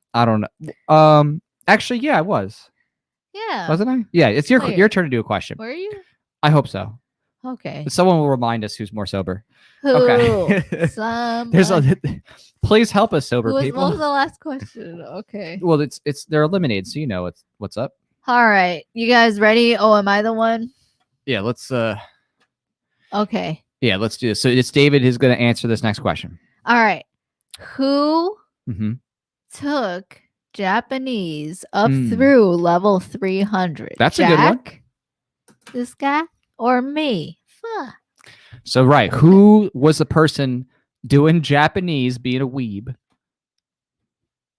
I don't know. I don't know. Godzilla. But I do love Godzilla. That's true, too. So who took Japanese up through level 3000? So they took 3 years of Japanese. A spade or 300. A spade while being a spade. I don't even know where that line comes from. Who came up with that? Okay. All right. So David says, ooh, Jack. Ooh. I don't know why I'm saying it like that. All right. So we're about to find out who the real weeb is. Is it Jack? Is it Pho? He's probably like, oh, he's got an Asian white. The weeb is But Pho. Pho is the weeb. You got tricked. I love anime. She's the weeb. And yes, technically I was a weeb because I'm not Japanese. She's not Japanese. She's not Japanese. And it's not like I had the samurai and the kimono, although I would. Well, yeah, you would have gotten the kimono, not the samurai sword. I don't know. You might have. You're right, maybe. You're right. That's pretty cool getting the samurai sword. All right, so we have to do it. Do we do a shot for him already? I'm losing track of shots.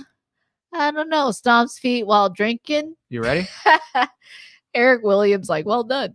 Thanks. Cheers to that. So cheers to David. And I think you're on. Did you do Martin?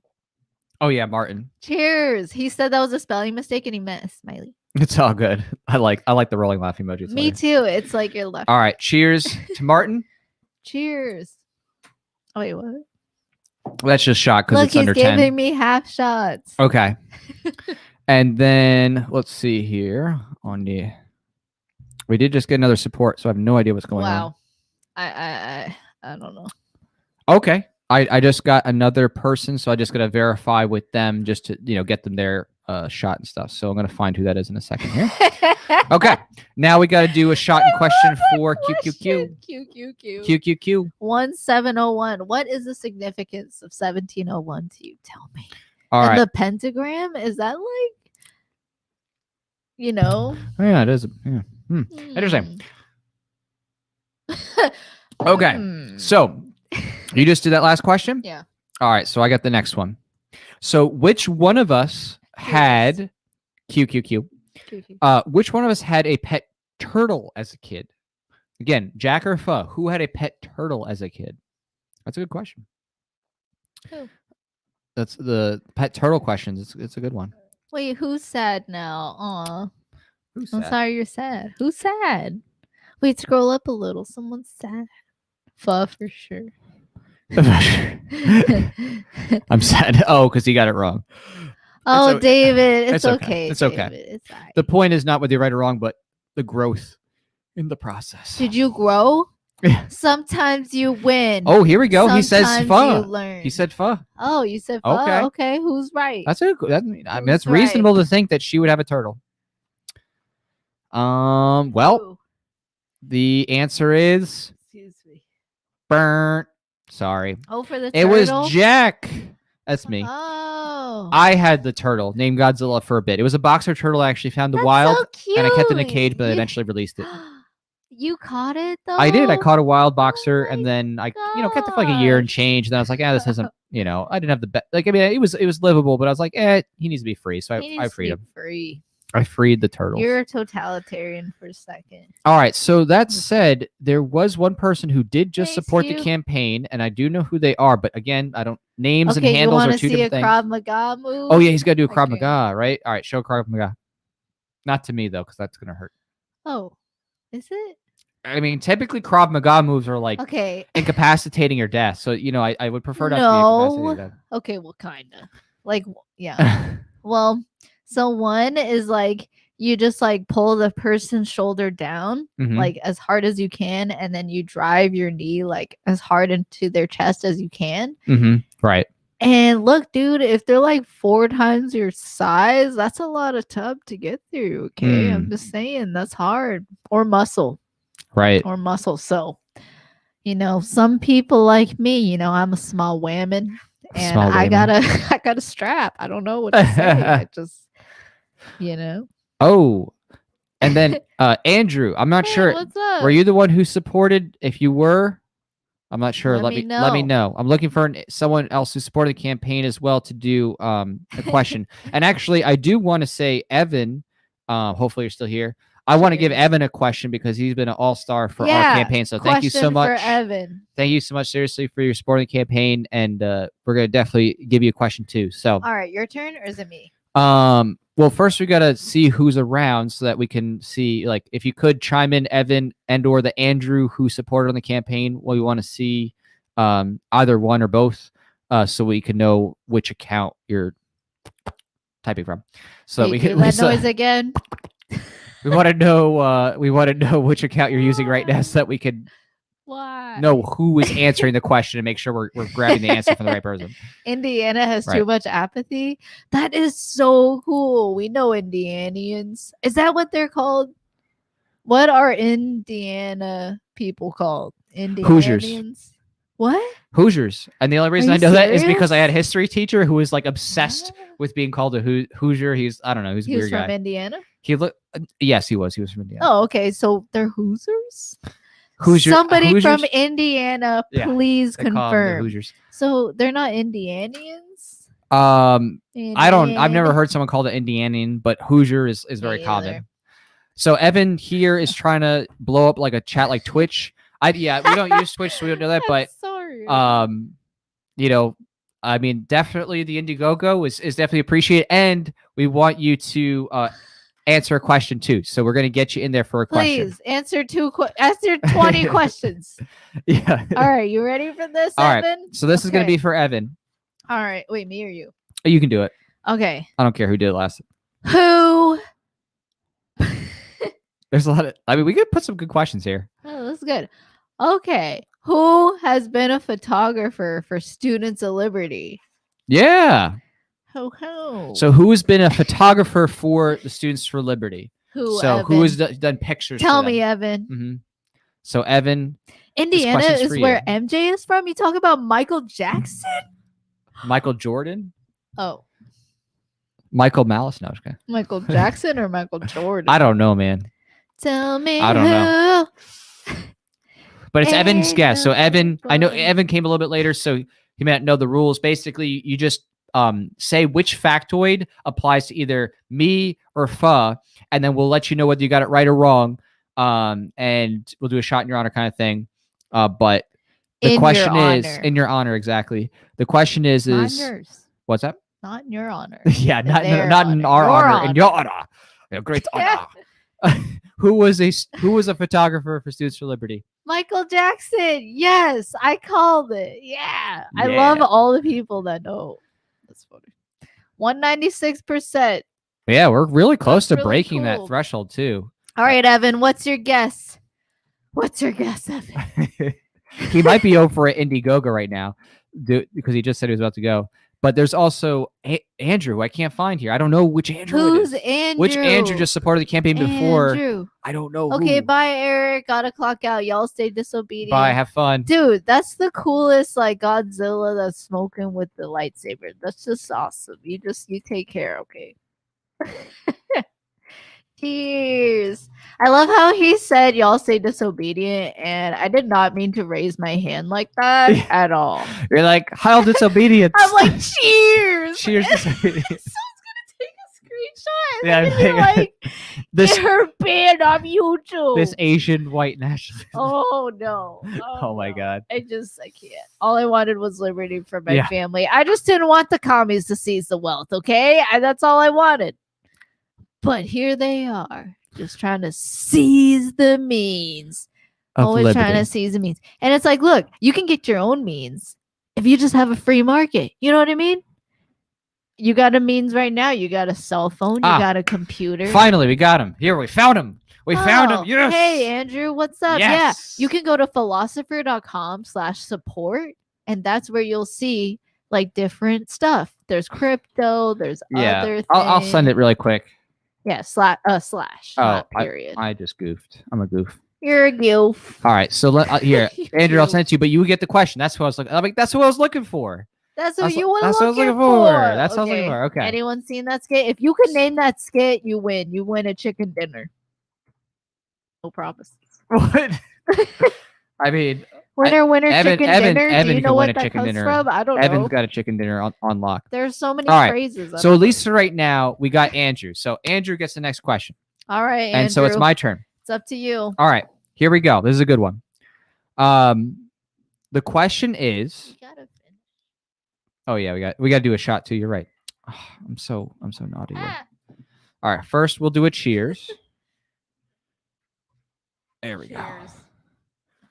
All right, cheers, Andrew. All right, cheers, Andrew. Thank you for starting our campaign. Thank you. Because not just one M, Fleeming. Okay. Okay. So this question is, whose Jack or Fuzz favorite 90s rap group is Dead Prez? Again, whose favorite 90s rap group is Dead Prez? Who? Who do you think it is? Who do you think? Tell me. Wu-Tang? Wu-Tang? You said Dead Dead Prez. All right, so here we go, Andrew. What's it going to be? What's going to be, Andrew? What's going to be, Andrew Fleeming? Flaming? I'm sorry. It's kind of like... There's one M. Camus is actually Camus, apparently, or Camus. Yeah, I don't even know. The S is silent. I didn't know What's that. going Maybe on with that's all this another language? I don't know. All right, Andrew, it's up to you. It's up to you, Andrew. Is it Jack or is it Pho? I'm going to use the restroom because all these white claws going somewhere. Okay? They're going somewhere. Oh, here we go. Here we go. He said he's going to go with Pho. Oh, who is right? Is it Andrew Fleeming or is it Jack? Let's see the answer. All right. Wait, you're gonna show what did you just cross out? Gonna show the answer. Oh yeah. Okay. I was like, wait. Okay, there we go. All right. So so he says Pho for the favorite 90s rap group. Who's it gonna be? Who's it gonna be? Andrew Fleeming. Andrew is right. Andrew. Yay! He did it. Mr. He got it. Very good. Very good. You can correct me on the pronunciation. It's actually Fleming.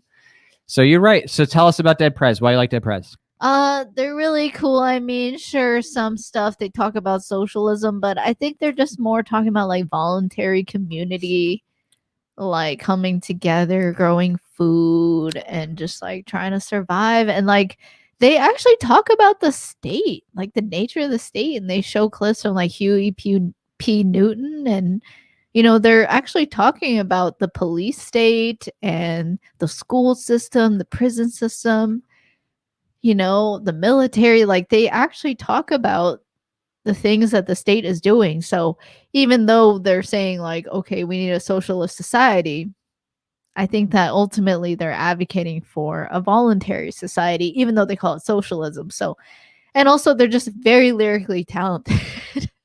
And yeah, so you know, they're really cool. I still follow like some of the people from Dead Prez today. Like Stick from Dead Prez, like he's really cool.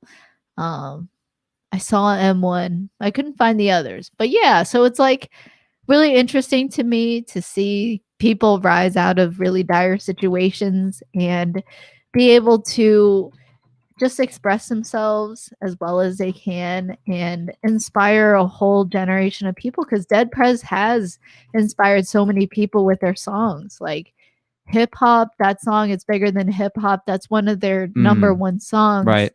And if you actually listen to the lyrics, they're saying it's bigger than hip hop, and it sounds really good and stuff. And like that's the point. But what the message of what they're saying is that there's a greater message and a change that they want to see in the world.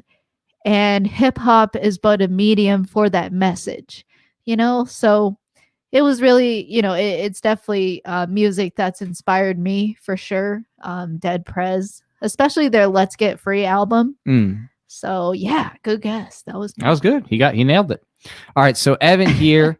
All right, so he said his YouTube cut it back out. Okay, so now we got you back. Hopefully YouTube's working. So we got the next questions for you. We got Andrew's question out of the way. So here we go. I asked that question, so it's your turn. Okay. All right. So who has visited New York City? Oh, that's a good one. Jack or Pho? Yeah, only one of us has visited New York City. Been to New York City Yeah. And now neither of us are going to New York City for sure. You know what I mean? Like in the future. Oh, with the vax passports? You know what I mean? I'm not getting vaccinated. Yeah. I mean, I was actually arguing with, well, not really arguing, just like encouraging Gene Epstein the other day because he has a Soho form in New York. I'm like, Gene, do you want to go down as a hero for liberty? I'm like, get out of New York, man. I mean, Michael Malice has left. Like what you're doing with your Soho forum and the government, and they're forcing everyone to show papers to get into your event. Like that's not taking a stand. Like you got to say, hey, okay, you're going to lose my business, New York, and that's it. And take it out of there. Because Gene had gone around the country, had gone to different states and had several Soho forums. Like Florida. Right. And I was like, just get it. I don't care. It could be anywhere, just anywhere that's not, tyrannical like New York. Stop giving them your money. So I hope he took it to heart. He seemed to, talk back and forth with me about that and, take it to heart because he feels disheartened. That's cool. Yeah, it's sad because Gene's built up his stuff there. Same with Michael Malice. He left on a really bittersweet note because he was just like, I want freedom.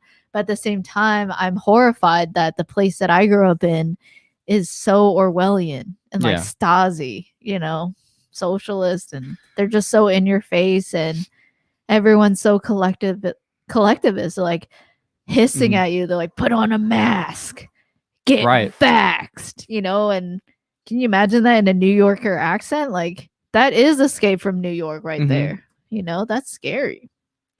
So I see that. And I mean, ultimately at the same time, like it is your decision whether you leave. It's a very personal decision. I get it if you want to fight. Right. Like everyone at the same time too, I also like that's my position personally. I don't want to flee. I don't want to flee where I live. I like this place. I don't want to keep running.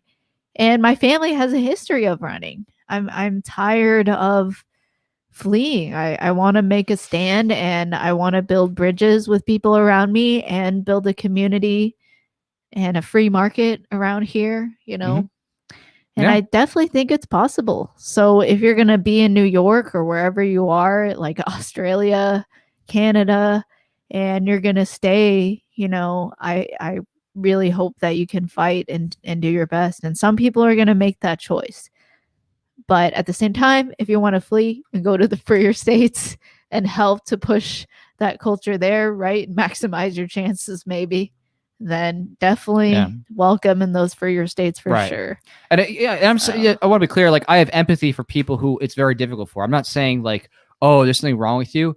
But the thing that with Gene that was unique is that he had already done other states because New York had already closed down. Right. So when New York was closed down, he had to do his Soho forum elsewhere. So I said, look, you're already doing it. I get you're tired, but it's not like it's something you can't do. Right. It may be tough, but doing the tough thing for the right thing, I think, is much more wise for the long term.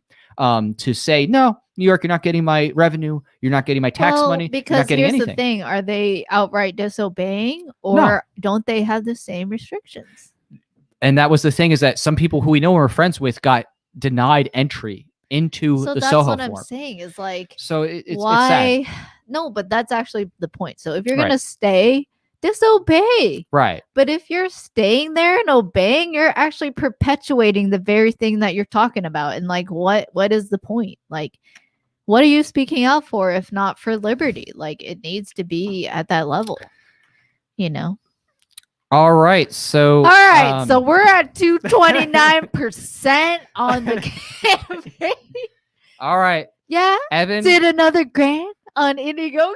I'm not going to cheers a shot glass. I'm going to cheers a whole rest of this claw to you.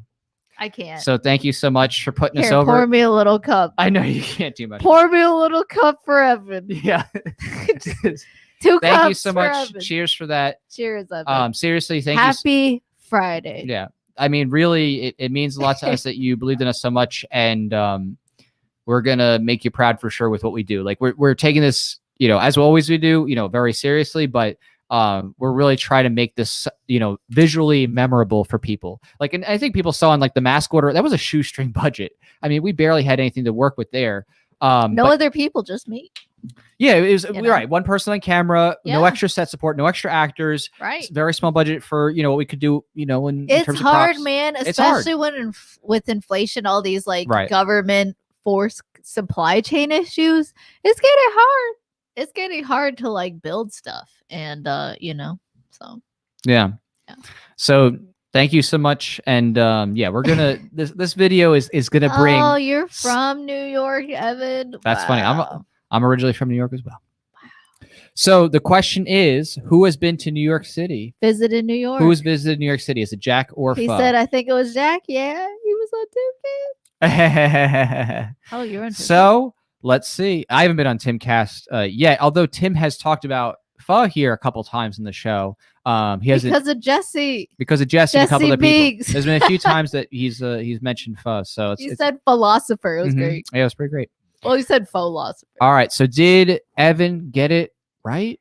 Okay. Dun, dun, dun, dun, dun. Did he get it right? Evan is ding, correct. Ding. Yes. You're Evan, right. you got it right. Ding, ding, ding. Cheers. Cheers to you, Evan. You're 100% right. Yes, Cheers. I'm originally from New York, and I've been to New York City a bunch of times, but she has never been to New York City.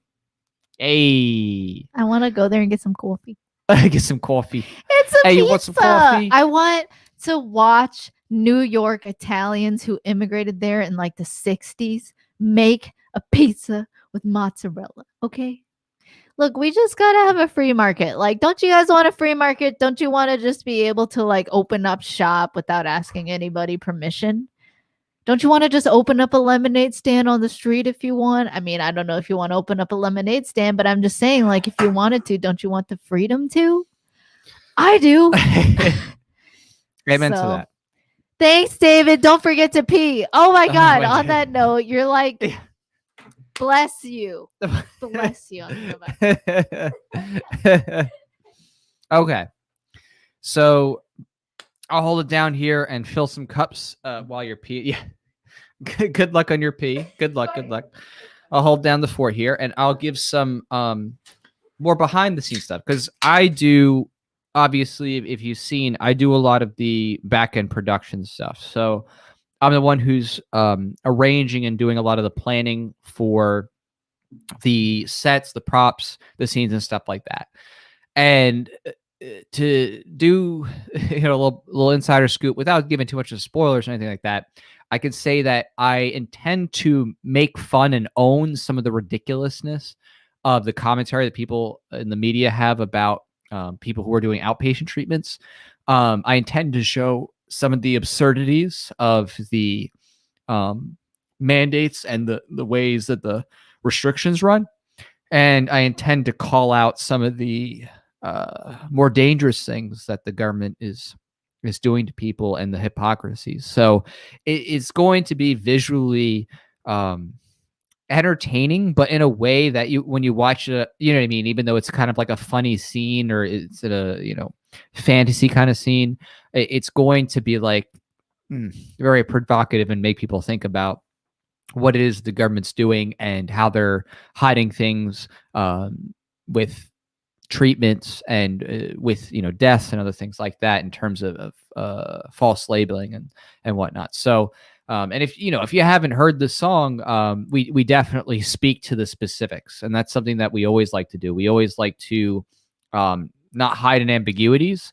There's a lot of artists out there who they use things that are generic enough that you can project anything you want onto it. Like, you can talk about love or hope or peace or change or justice. You can project whatever you want to it. But we talk about the very specifics of what the government does in our stuff. So it's just something that I think is needed more than ever. The culture of pushing back against this and mocking the tyrants and letting people know that they're not alone, that you're not alone, is absolutely critical.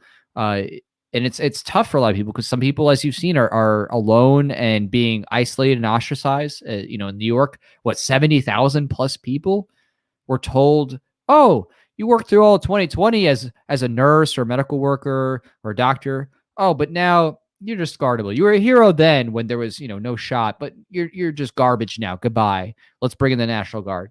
So to me, it's a matter of bringing justice to those people and the culture. And encouraging people to be brave. And, being brave is tough. I understand how hard it is firsthand. It's scary to think like what's going to happen job-wise, family-wise, social sphere-wise. But I think that when you recognize how much your impact actually has a sway in the aggregate. The more people resist and say no and just live their lives, the more it changes minds and the more it normalizes resistance. It really has tremendous waves for the future of liberty. And if we don't do this now, if we don't create that culture and create that resistance at all levels, of course, the kids are going to be completely destroyed, in terms of their future, in terms of their freedom. And as it stands in many of these states, like with Newsom, they're trying to force shots on all the kids and mask them all. I mean, these kids are growing up to think that being treated like cattle and being treated like a subservient slave is normal. And that should be something that's abhorrent to anyone who has any modicum of desire to live a free life. So, we have to work hard in every area, whether it's politics or in business or in, culture, whatever it is, whatever you can do to help move the Overton window of discourse away from tyranny and toward liberty is absolutely instrumental. So again, thank you everybody for being a part of this effort to try to change the culture through memes and music and other stuff like that. And there's lots of ways people are doing it. Like I think with James O'Keefe and Project Veritas and what they've done in terms of exposures, it's just incredible what some people are doing out there and risking their lives and their jobs to whistleblow. So seriously, thank you everybody for being a part of that and taking a stand when, in the media, it seems like, oh, the majority doesn't want this. But in reality, I think anybody who gets out there and is, working normal jobs realizes that most people actually are not all down with this and not cool with all the lockdowns and the masking and stuff like that. Most people are like, what the heck? I was supposed to be free after I got my shot and this or that. And now they're being told, oh, you need more boosters and more masking. It's, so it's shifting, but it does take a lot of work. All right. And you're back. And wow. Whoa, the Sasquatch? And the Sasquatch in for a shot. It's been a while, dude. Oh, and yeah, and David too. We gotta do a question for David, and we have to do a question for Sasquatch.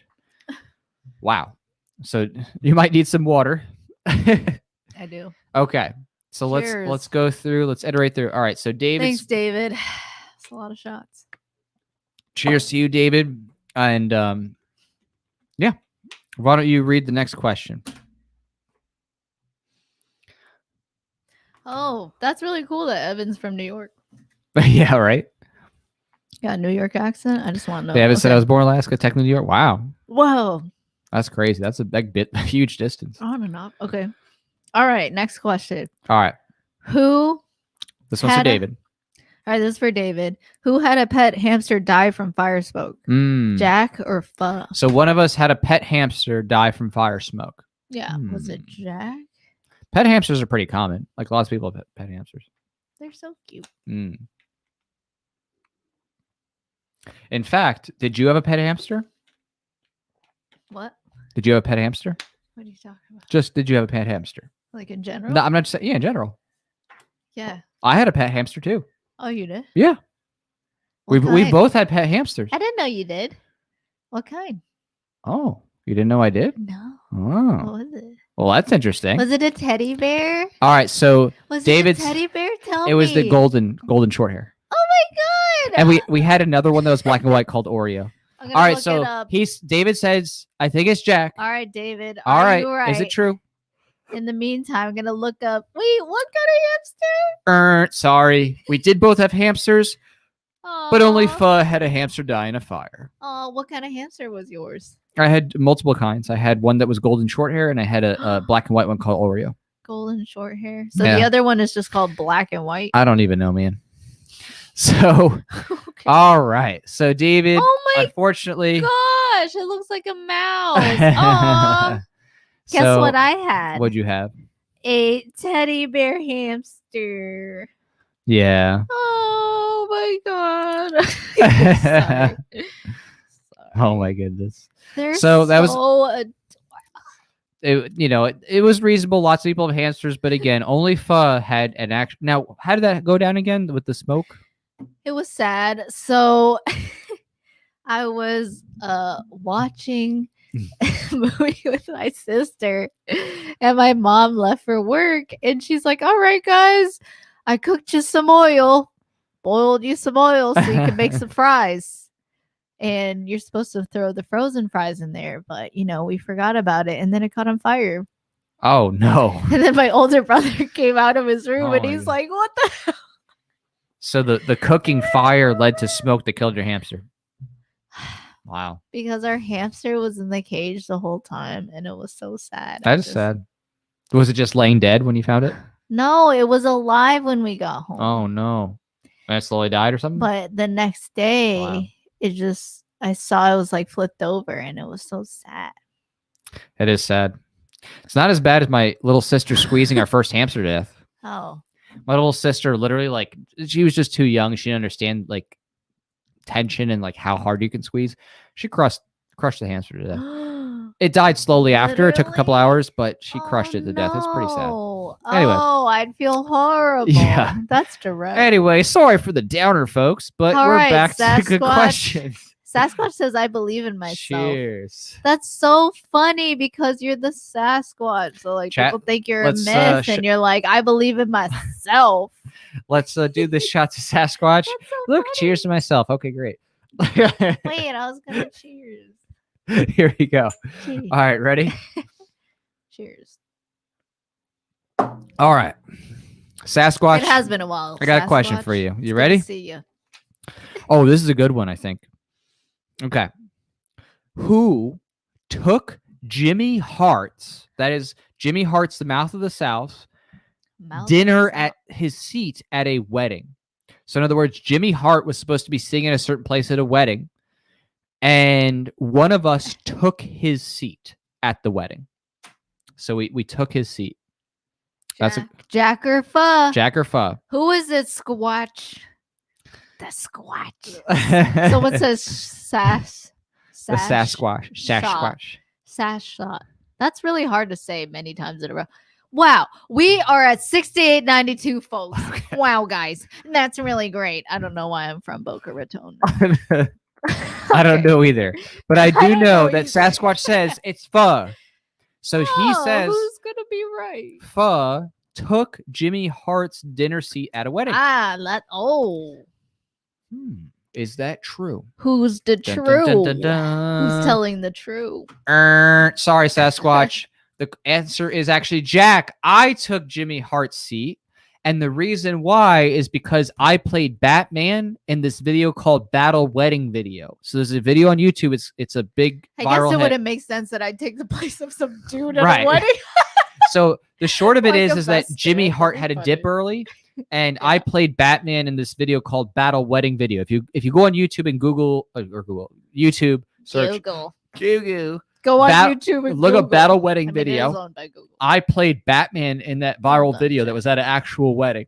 So it was a really crazy setup. So this guy who owns Artix Entertainment, which is like an online gaming company, he wanted to have this crazy wedding, and so he dressed up in armor and like fought knights. He like had Iron Man and Batman come in, and I played Batman, and then he fought like a bunch of like bellhop ninjas, people who are an American Ninja Warrior. It was a crazy shoot. It was like a really wild event.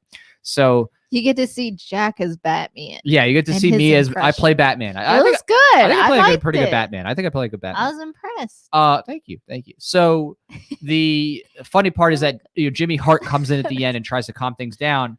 But he ended up leaving, and I was of course going to sit at the dinner table, but they ended up giving me Jimmy Hart's seat.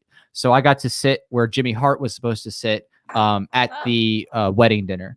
So that was pretty fun. Pretty wild facts. That is wild. Pretty wild stories. Wow, great guess. It's great funny guess, though. You thought it was me. Wonder why. Great. Absolutely astounding guess. I wonder why. Oh, guy that comments. Back to you. Hey. Hello. Okay. There we go. So yeah. So let's see where we're at. Yeah, it was now. a teddy bear hamster. It did look like a teddy bear. Oh my god. Because it had a brown like back and a white belly.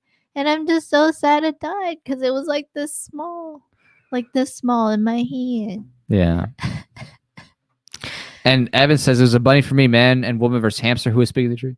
So apparently Evan lost his bunny. That's sad. Oh. Sorry to hear. I don't know if it died to smoke, but that's rough. That's sad. All right. Oh, and actually someone did mention the Flush was the Bitcoin all the way up song. Yes. Oh, you noticed? was just talking about that with Alex. That's exciting. We do make some cameos. I was the one who shot that video. Yeah, so I shot that for Jeff Burke's video. Right. There. Yeah. Oh my god. So she makes a cameo in the All the Way Up Bitcoin music video too. It's pretty funny. That was fun. I was like, yeah. I think that was my first music video, wasn't it? I wasn't the main. No, it wasn't. Show Me Your Principles was. Oh, show me. Oh, that's Show Me Your Principles was. Yeah. If you want to see me as a gentleman, just look up "Show Me Your Principles" by the philosopher. I mean, you'll see. So let's see here. How many questions do we have on this particular game? I don't know. So hold on one second. We're about like Mad Libs is the other game. We do, but I want to do these questions. Let me see. So we have 1, 2, 3, 4, 5 questions. Okay. We have 5 questions left. There's 5 questions here. 5 Jack versus Fuck questions before we get to Mad Libs. Actually, 6. Oh, there's 6? 6. Hmm? 2, 3, 3. Oh, I missed that because it looked like it was crossed out. Okay. All right. 6 technically. All right. So, in any case, yeah, this has been a lot of fun, and you're getting to know us really well here. Okay, so for Evan again. All right, so who? Oh yeah, we do. I gotta do Evan again. Yeah, right. Who has been to a horror wax museum in Vancouver, Canada? Ooh, that's a good question. Ooh, so Evan, who's a horror buff? Who's been to a horror wax museum in Vancouver, Canada? So again, a horror wax museum, horror. I can't even say that. Horror. Wax museum in Vancouver. What accent Canada. is that from? Horror. That's horrible. That's so horrible. I don't know what suburb. Matt Damon. All right, Matt Evan. Damon. Is it Jack or is it Pho? Sophists are only good for 3 things. Oh, you know it. Wow. We got a true fan over here. What's up? What's up? Good thing. What's up? Have you guys seen that dating video with Morica? It's a good video. Funny. It's so funny. I just can't get over it. It's like the best thing ever. Giannis Papa, dude. Giannis Papa. He can do some funny stuff. All right, Evan, what do you got? What do you got? Is it Jack? Is it Pho? Who's been to the horror wax museum in Vancouver, Canada? I'm like, he's funny. I'm saying it like that's so funny. My favorite part but you never been to New York City. I know I haven't. Never. I want to go so bad. What am I gonna do? Am I gonna order coffee and be like, can I have 1 cup of coffee? And then they're gonna be like, you're not from here, are you? No. I'm like, hi, I would like 1 cup of coffee. And they'd be like, everything else was not New York accent. Right. That'd be really funny. I hope Evan's YouTube didn't cut out again, because Evan said before that his YouTube cut out for a little bit. So that's weird. No. I hope not.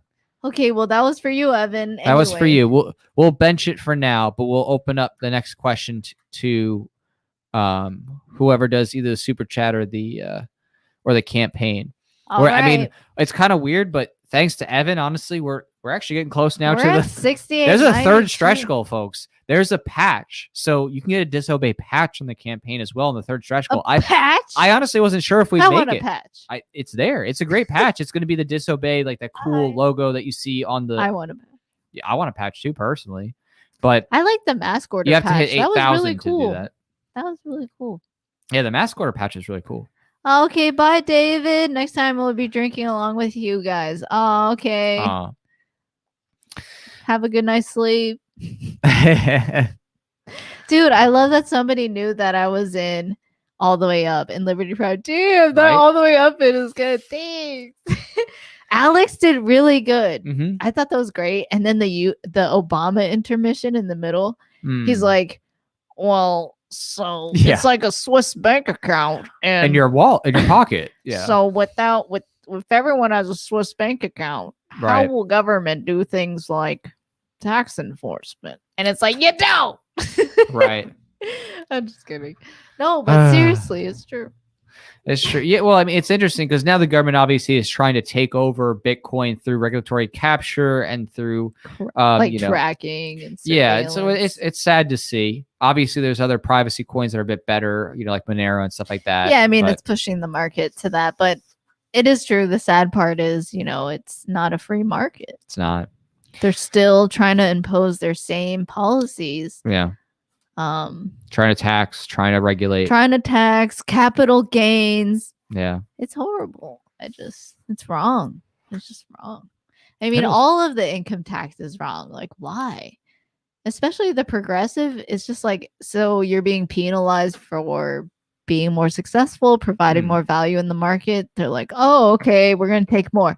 If you just look at the reality of what it is, it's just a bunch of fucking people who are making money off of you so they can have a nice fridge full of like gourmet ice cream like Nancy Pelosi, so she can like go maskless and have her nice perms. I mean, for real, like these are the people that rule over us.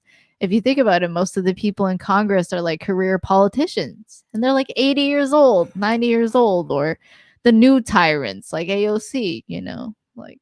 Yeah, AOC, I remember that tax the rich dress. I mean, oh my God. And then you found out that like the person who made it, the designer was like something over 6 figures in back taxes. I mean, these people are literally the epitome of do as I say, not as I do. Well, and if you just look, and I just try to look at it for what it is. It's like, if you can understand tyrants in other countries or in history, you can understand that there are tyrants in your own government. Like, to think that the types of people that are attracted to bureaucratic power, just power by unilateral decree, and a mafia gang, you know, going around and forcing everyone to do their bidding like Biden is, by being like, hey, employers of 100 employees or more, they all gotta get the vax. Like, that's none of your business. You know, like, what is the point of government? So like, that is what people are debating. So, oh, thanks, Evan. All right, Evan. Cheers. You didn't answer the question, but it doesn't matter. We'll drink in your honor. I want some $1,300 pint ice cream, right, Travis? No, that should be $500 if you free the market, and then you can just like compete on your own. You know what I'm saying?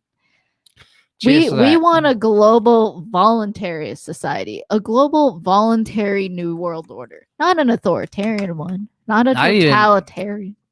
I wouldn't even want to call it a new world order. I say free world order. That's it. I want order through voluntary market choices, and I value freedom independently of those choices. Obviously, I want a philosophy of the respect of individual consent, not having fraud in transactions, like all those things. But again, what drives that? People choosing and reporting on who is honest and who is dishonest. And we see that time and again, more than ever, with the internet and people giving reviews and Angie's List and stuff like that, right? You look for who has the best reviews. If you see crappy reviews and there's tons of people saying, hey, they're not that good, you don't want to use them. It's just, you know what I mean? And that's how it should be. You do that now with like restaurants, stores, a tailor, like whatever. Right. So Evan thank you, Evan. Says keep it up. Heck yeah, we're definitely going to keep it up. I can't. Okay. So Evan says, is it mostly because of China coin and competition, at least arguably? Keep it up. Is it focused? Okay, no. But thanks. What's the China coin? I'm actually not sure what that is personally. Oh, what is is it just that China, like, you know, shut down Bitcoin and said it was illegal? I know. Well, I did hear that the Chinese government is trying to implement some type of cryptocurrency, but I'm not familiar with it. Yeah, digital yuan. I don't know. I think that's what it's digital yuan. Well, I think the culture is here. I think specifically due to the internet. I mean, I saw that. I saw the culture of the world change before my eyes just through the rise of the internet. You know, just the difference in how people shared information, how quickly information got out there. And the more and more the video technologies expanded and computer technologies expanded, cell phones, you had so much more proliferation of information worldwide. And suddenly a shared culture of liberty. I mean, we know of libertarians in Africa, Hong Kong, Australia, Europe, like everywhere. There's libertarians. India, there's libertarians everywhere. It's pretty, incredible that you can connect with these people so far around the world from you. and they actually agree with you on these principles of Right. liberty. And I think, it is because of the medium called the internet, where Mhm. you can suddenly access information so rapidly. Mhm. You're not going through somebody who's filtering the information for you and changing the narrative in order to suit their agenda. You can look at source documents. You can look at raw footage. Right. And make your own opinion. You can look at full clips instead of, oh, okay, my regular TV programming on cable news network, whatever, is only going to, show this snippet for like 5 minutes Mhm. of something that happened. And, with the internet, you had the chance to actually look things up for yourself. And it's really incredible what we're seeing. And that philosophy of freedom of information, decentralization, not having to look to an authority figure or somebody to give you power or approve your transaction, for you to just have a peer-to-peer transaction. And that is the philosophy behind cryptocurrencies like Bitcoin, like Ethereum, Monero. I mean, the idea is that you shouldn't have to ask permission. It's fundamentally, to me, a voluntarist philosophy, an individualist one, because it recognizes that, look, are you not an individual who has importance? And if you say, hey, I want to buy this from you or whatever, should you not be empowered to just make that choice? Why do you have to like ask some government who you don't even know, some strangers, for permission? It's not right. So I just think, technologies like the internet, which enables internet money, the the internet of money, you could say, like crypto and things like that, or just this idea of suddenly technology can enable you to be free, to actually have anonymity. And it's easier said than done, of course, because there are a lot of people who are in the space of, for example, breaking encryption, or finding workarounds to exposing people who are using private channels. Governments, of course, they have that incentive to see who are the dissidents in their country. So, it's quite a cool time that we live in at the same time, because never have you seen such wealth explosion around the world and sharing of information. And the fact that you could just look up all kinds of videos on YouTube, is really cool. It's just, sadly, they're really picking and choosing right now. So the market is responding, of course, like as somebody asked earlier about like Delta 8 and Delta 10. I mean, the market responds, specifically people, if they think that it's not wrong what they're doing, they're going to be like, okay, I'm going to find a workaround. So you see a lot of competition, like companies like Mines, what is it, Isagora, or used to be Isagora, It's Sovereign now it's Sovereign by Ben Swan, who used to be a Fox News reporter. Is that He was. I don't think it was Fox. I think it he was was a Fox? ABC or something like that affiliate. Oh, interesting. But yeah, it's really cool. Jordan Peterson also had his own spin-off social media. Yeah. Yeah. Odyssey. There's so many. Odyssey Library is a good place for videos, like Rumble. You have quite a few alternatives. Yeah. And speaking of, like, the reason these alternatives are rising is because these companies that used to be so popular, because they did provide a good service, like YouTube before, they're providing the hosting, the application services, a nice UI for you to upload your video, comment, talk to your fans, whatever, right? And today they're still making improvements, but now it's with community guidelines. Like, it just sounds like communist guidelines. It's just freaking me out. Well, because it was China, a co-op, it was Vietnam, co-opting. or Cambodia. Like the specific reason why that happened was because the owners of the major corporate outlets did deals with Facebook and with YouTube. Yeah. And they wanted to buy back in on their dominance, because everybody in that sphere, in the corporate cable news network channels and the, that media, They saw they're dying out. We're dying out. And so they're like, oh, okay, how do we get people? Oh, let's buy back in on the media. We can't compete, so let's force a monopoly again. So, yeah, it's very sad because YouTube used to be a beautiful place where anybody could become successful and famous for providing amazing, anything like entertainment or tutorials or whatever. Like you could get crazy views for, all kinds of interesting experiences. And now, they've censored so much that it's just not really, as much of a favorable platform anymore in the long term. And, it's sad. It's sad to see, but it's true. I think that nonetheless, there's still this testament to people trying to be free and trying to provide solutions that has emerged in the wake of that censorship. So it's really encouraging to see, and a reminder that at the end of the day, people do respond to incentives. And when the incentives are unfavorable, you're going to incentivize a whole bunch of people to be like, oh, okay, let's build something else new elsewhere. And it's definitely happening. So, and Evan says, to me, they're all threatening to shut down the government. I was like, finally, they were going to do it. Just end it. They hate it. I'm not sure what the context, what that was, but I'm not sure who's threatening down the government. I need a clarification on that. But, it's something that is, it's our decisions now are going to affect everything going forward, right? Whether we choose to shop with certain vendors or do content in certain places, it's going to have ramifications down the road. So that's why we continue to diversify, where we post stuff onto alternative channels, and try to branch out. And it's a lot, it is like a war, because it's like it does take your time and effort to rebuild. If you if your channel gets deleted, and look, Ron Paul Institute, their channel on YouTube got, was it deleted?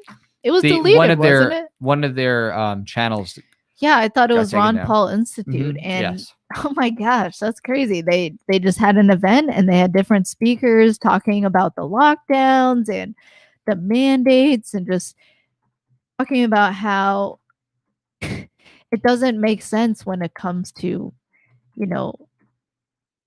historically what has been a focus on the doctor-patient relationship. This idea that you have a doctor that's specialized in this idea of diseases, and they know you and your specific sensitivities, your health condition, and so they can prescribe to you the best course of action. And also this idea that it's a very private thing, your medical history. I mean, it's vulnerable, right? To know what can kill somebody is very private, and it's not right for somebody to know about your medical history. And that's part of what these people are saying, but they're getting taken down for simply advocating for medical privacy, for freedom, for liberty, and to just be left alone to make their choices. And also this insane idea that if you wear protection, right? If you wear whatever, some kind of PPE, gloves or mask, that it only works if other people wear around you. Okay, if you're going to go with that logic, how many? 50%, 60? Okay, when does it work? Like, when does it affect? It's just ridiculous. The whole point is it's PPE. Or if you're saying that you're taking a vaccine to get an immunity, well, now you have an immunity. So why are you so, worried? And the question as well is, it used to be this idea of herd immunity. So why hasn't it been, even after almost 2 years now, mind you, right? Like more than March. It's going to be March 2022. Never use protection, Zach. Oh my gosh. Oh, Zach. We're going to see you. We're going to see you. Hey, we're going to see you. Tom Woods 2000s, right? If you're going to Tom Woods 2000, we're going to definitely see you there. And if you haven't, Zach's going to the supporting listeners dinner, aka Fuss supporting listeners dinner, not Tom's. You could also be Tom's. Yeah, well, Tom's got some good stuff, but they're all closed. The tickets are sold out.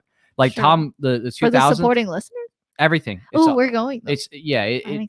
It was so successful, and so many people are coming that he had to close it because it just overbooked on the special private That's exciting. meetups. That's very So exciting. the general admission's still open. So if you haven't considered going, you definitely should. The admission, of course, is free minus your travel opportunity costs, whatever, True. economically. That's a But lot. it is Yeah, depending where you are, that could be a lot.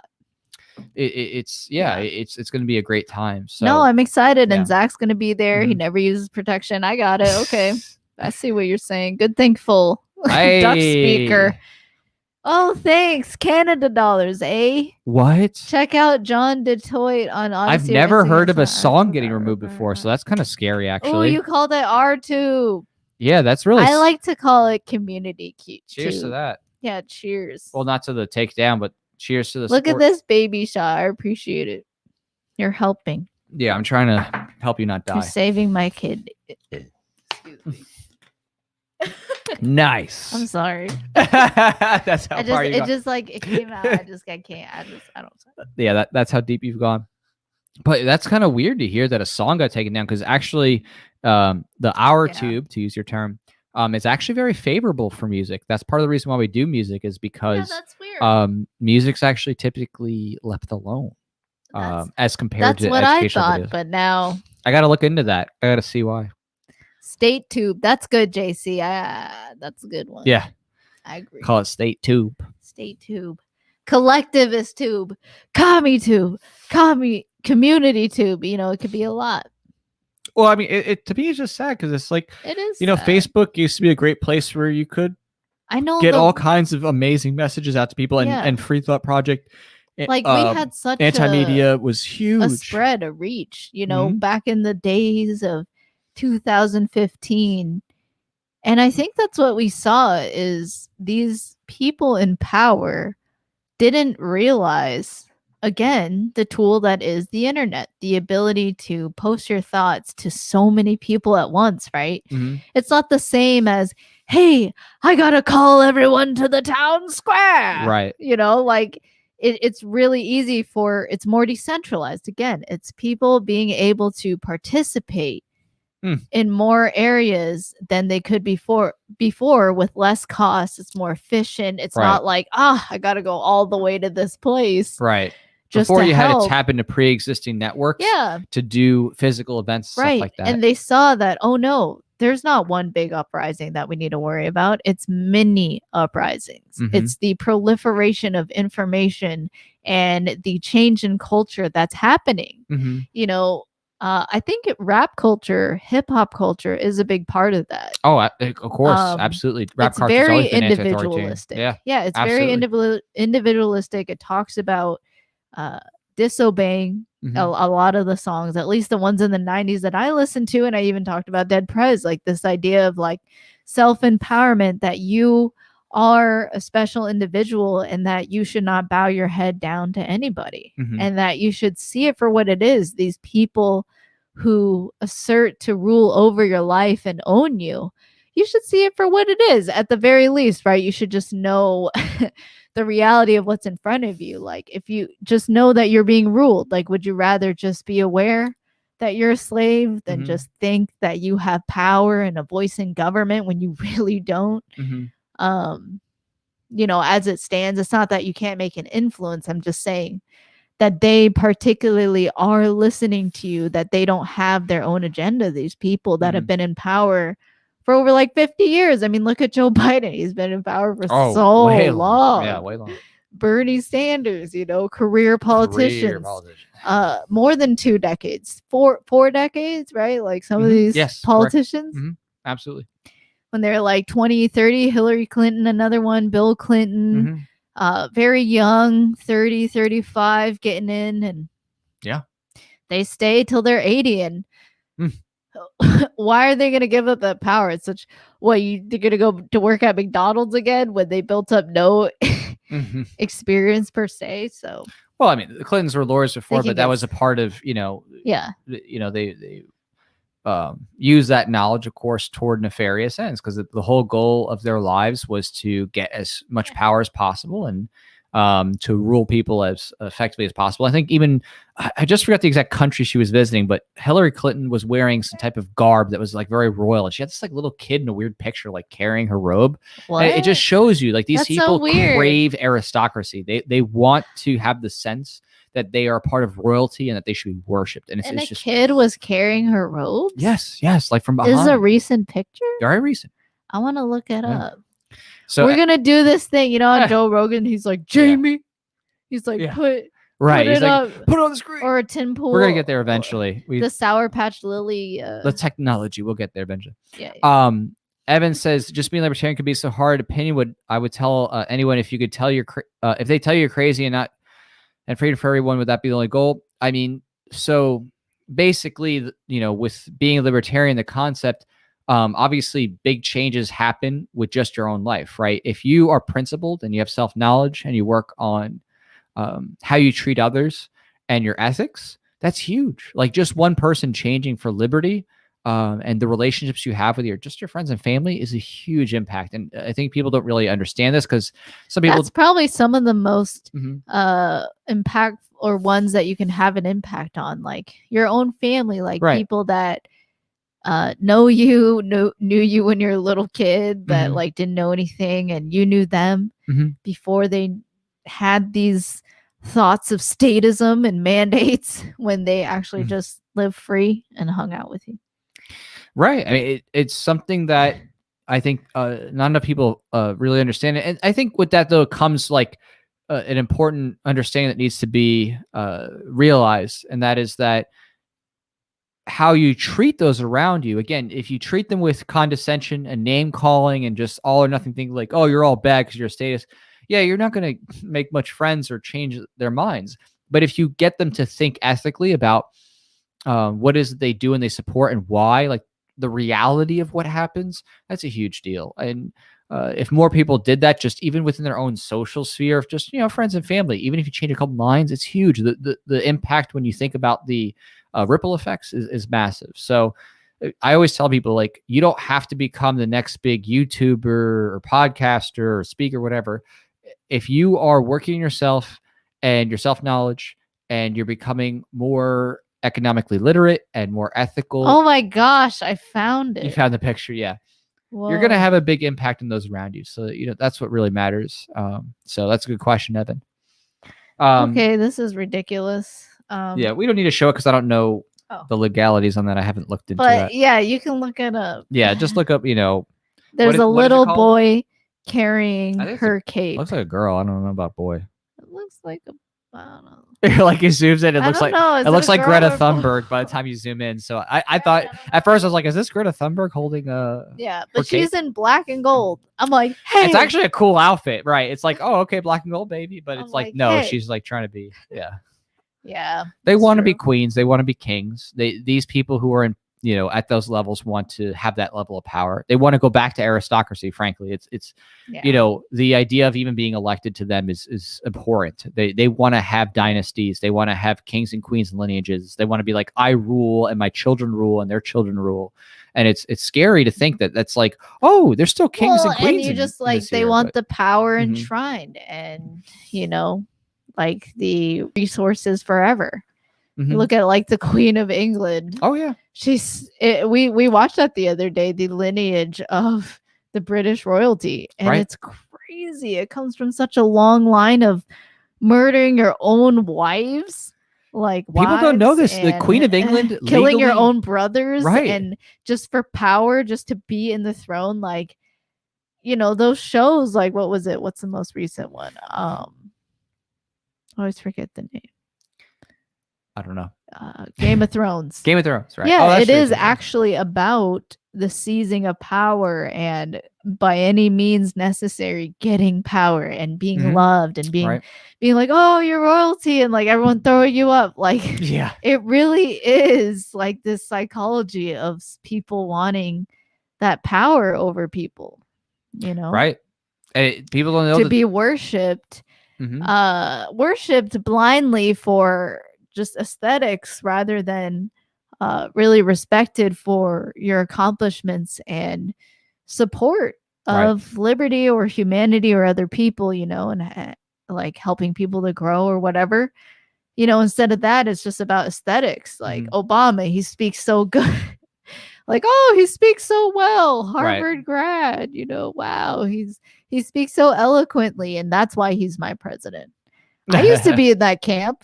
I thought that too. I just had all these biases, and I'm like, okay, for some reason, you know, like there's too many white people in power. So, you know, like because he's black and because he speaks so well, it's like I thought that at the time. And it was because of all the media that I consumed as a kid, which was like, you know, SNL, there was like a Mad TV, there's a lot of jokes that white people were racist. And it's really interesting because that stuff was kind of sewn in. But when you're a kid, you just, you know, you laugh, right? You hear the laugh track of the crowd or a live audience even, and you just like go with it and you just think, oh, okay, that's funny, that's acceptable, that's what I'm supposed to think. And it may even be wrapped up with real things that are bad, you know? Right. So, yeah. Yeah, no, it's completely true. And it's just, I was just gonna how say, people are programmed to think. The, a lot of people don't even know the Queen of England still is the ruler of over 15 commonwealths and actually is the legal owner of most of the land in Canada. Wow. People don't even know that technically the Queen is the head over their, you know, parliament. And you're like, wait, what? This is like, you know, modern times. Kings and queens shouldn't be like ruling and owning everything. And it's like, yeah, actually they still do. And it's kind of weird to think about it. And it's like, why aren't these people rising up and fighting against this? But it's because of the programming, right? It's they're programmed in public schools to think that this is acceptable and you should worship these people, and your freedom and your individual, you know, desires, you know, to have independence are just weird or bad. And it's really something that has to be undone in terms of the brainwashing. So yeah, it is brainwashing. I mean, I was brainwashed, you know, and right, it happens when you don't have, you know, a connection to your parents, you know, or you have abuse, and that's disconnection from your parents in some way. Well, yeah, because the state acts as substitute parents. That. Yeah, a lot of people have that dynamic where the state is like their parents. You know, they call the mic keeps going up. They call the state when they need help. You know, they get advice from the state, approval from the state. They run it by the state, almost like you would like your parents if you really respect their opinion. And you're like, hey, you know, I'm really thinking about this thing. What do you think? You know, it's well, they don't want people to imagine what life could be like without them. They want people to grow up thinking that this is the only way that could exist. And if you didn't have this, you wouldn't be alive. You'd be dead, and there'd be savage, you know, people attacking you. Yeah. Right. That you have to be part of a state, a collective. When look, there is another path. It's self-knowledge, self-enlightenment, that you can rise above and be your own person, and, you know, have your own likes or dislikes and your own choices, so long as you're not violating anybody else. And it's a really simple principle, and I would say most people follow it. I mean, you go out into public, and even during all of the craziest times with the masks, nobody ran up and shot us in the face or hit us in the back of the head or anything, jumped us, whatever. They just ran up to us and they're like, hey, you should put on a mask. They're trying to use persuasion, right? I mean, shame is a form of persuasion. It's not outright violence against you to shame somebody, you know, with your words and be like, you're horrible. Right. It's not self-initiation of force. Right. So it's just to the point where they're just like in your face. And is that violence if they're like following you and stuff? But even the people that we saw, the few mask Karens that ran up to us, they eventually just stormed away. And they didn't follow us around. They just like glared at us from afar. But even those Karens didn't employ violence. And I think it's because the culture has shifted so much in the world, even that violence is seen as very wrong. You know, that's why the government uses different words or tries to create it as, hey, this policy is self-defense. Right. Vaccine mandates, self-defense, right? Because people who are unvaxxed, they're dangerous to you. And so even they employ the argument of self-defense, right? They employ the argument of the initiation of violence. So it's funny. because they know that that is what most people think now. And I'm actually happy to be in an age where we don't have to convince people that murder and rape is wrong. Right. Like, you imagine those people in the past? That's what like they had to convince people of. They're like, Yeah, hey, rape is wrong. And then they had to deal with people like, no, it's not. Like, that's Right. horrible. Well, same thing with slavery, right? They're Now like, it's actually oh, like, slavery is normal. now it's Yeah. just a problem of almost language. It's like language, just yeah. getting people to realize, no, this is murder, this is robbery, this is rape, this is extortion, whatever. Mhm. This isn't the abstract language cloud that they're painting over reality. So Absolutely. So Evan says, I think the biggest harm would be Americans just care about winning, no longer care about politics. We're just voting left and right. So just conceptually here, just like the idea of people, you know, worried more about like winning politically than the principles. I think that the first thing that matters is ethical and culture change, right? Like you could say, oh yeah, like in the political realm, oh yeah, if your candidate wins, that's winning. But in reality, without a sustainable culture change, if you don't have people who genuinely develop principles and philosophy and think about non-aggression and think about property rights, nothing's going to last, right? It's going to last as long as an election, basically, until the next person tries to indoctrinate. Right. You need those principles to handle the waves of mania. I mean, you had with, there's going to be other viruses or new things that are not discovered yet, new problems, right, that people haven't understood yet. But if your reaction is to mandate everything, like, you're just going to be in the state of being on the path of totalitarianism again. So, we're really trying to have this culture last. Mhm. And to me, it is like, as an American, what I was indoctrinated to believe in public school was this idea of freedom, funny enough, from the same, institution that taught me that capitalism must be regulated Mhm. and that you got to watch out for snake oil salesmen because they can't get into political office.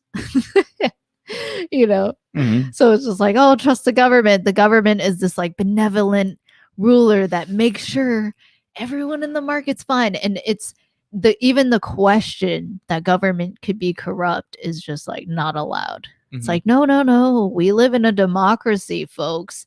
You vote. And it's like, you cast a vote, like you don't really have power. And as they've shown throughout history, they'll just do whatever they want.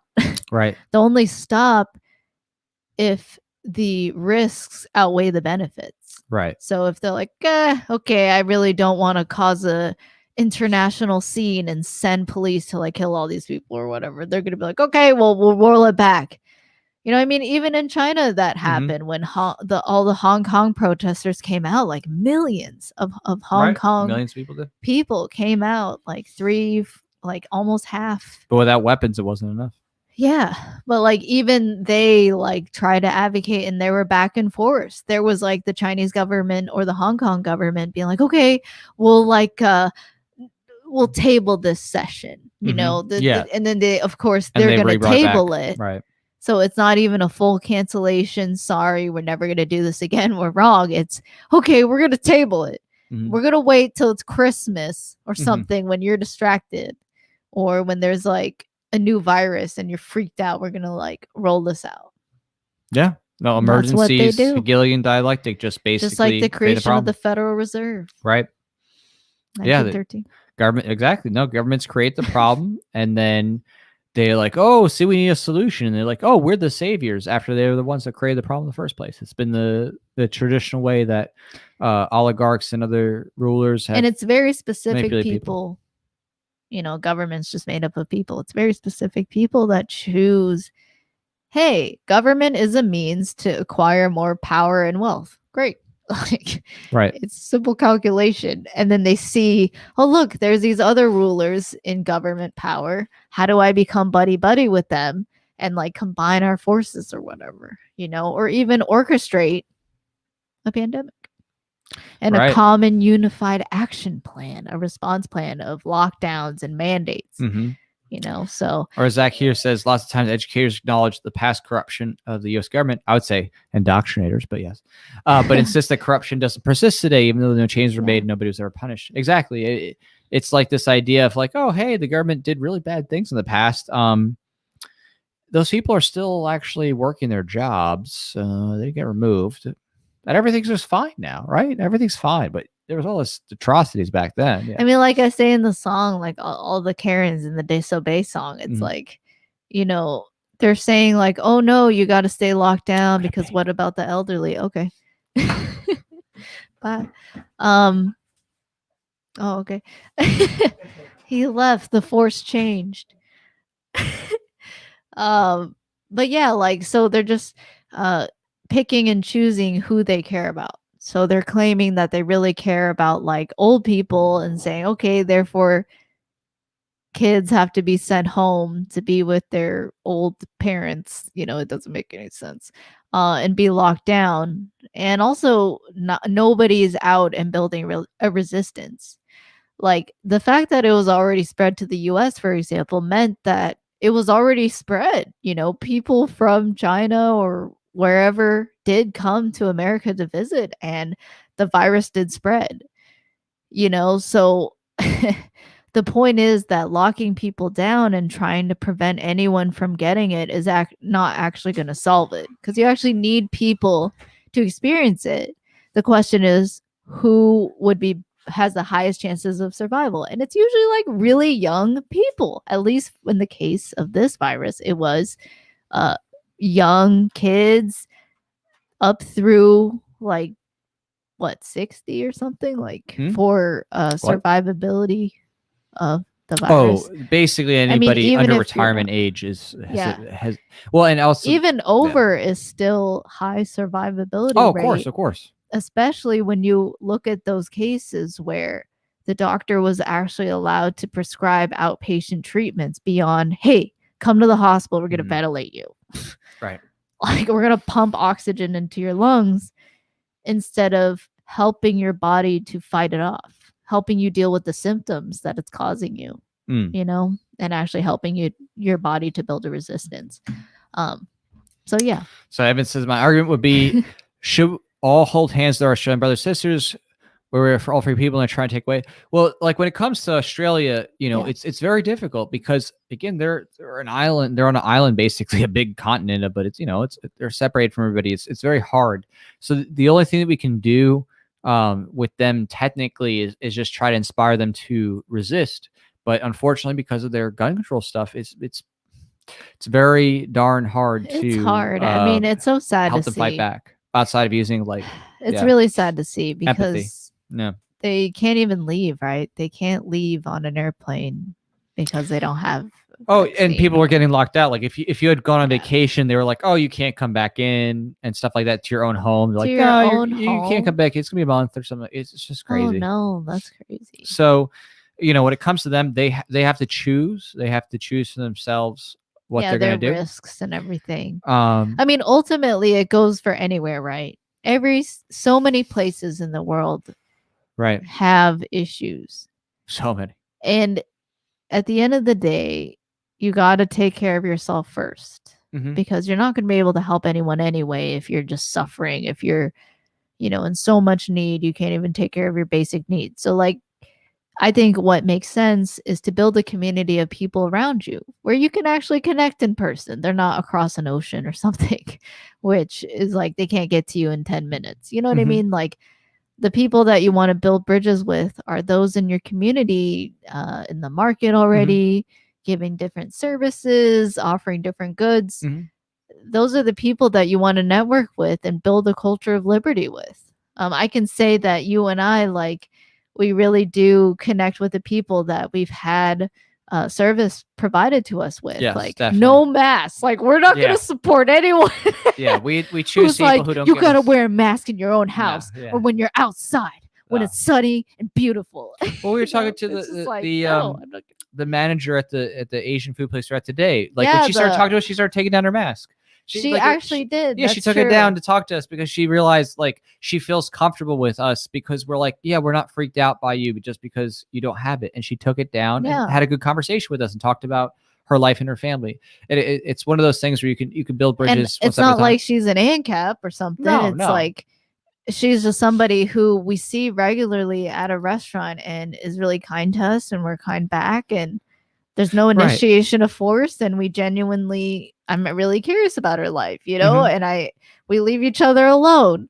Right. And I've met so many people. It's resisting the fear element, that demonizing people like, oh, you're all bad. It's like, no, it's like, you know what? We're going to be okay. You can have disagreements in your opinions. It's just, what do you do as a result? Do you allow people to have differences in opinions, or do you like hold a gun to their head, and you're like, you got to believe what I say and comply, you know, like that's horrible. Right.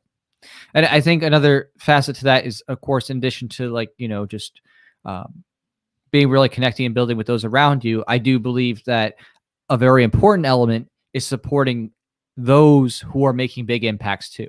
So in other words, it's not just local, but also anyone who is doing something significant and changing minds is crucial, whether it's a podcast. Like Michael Malice, a lot of people wanted him to try random mass sodas, but you know, it helped Michael Malice went on to different podcasts and interviews. He got people to hear about the message of liberty. Yeah.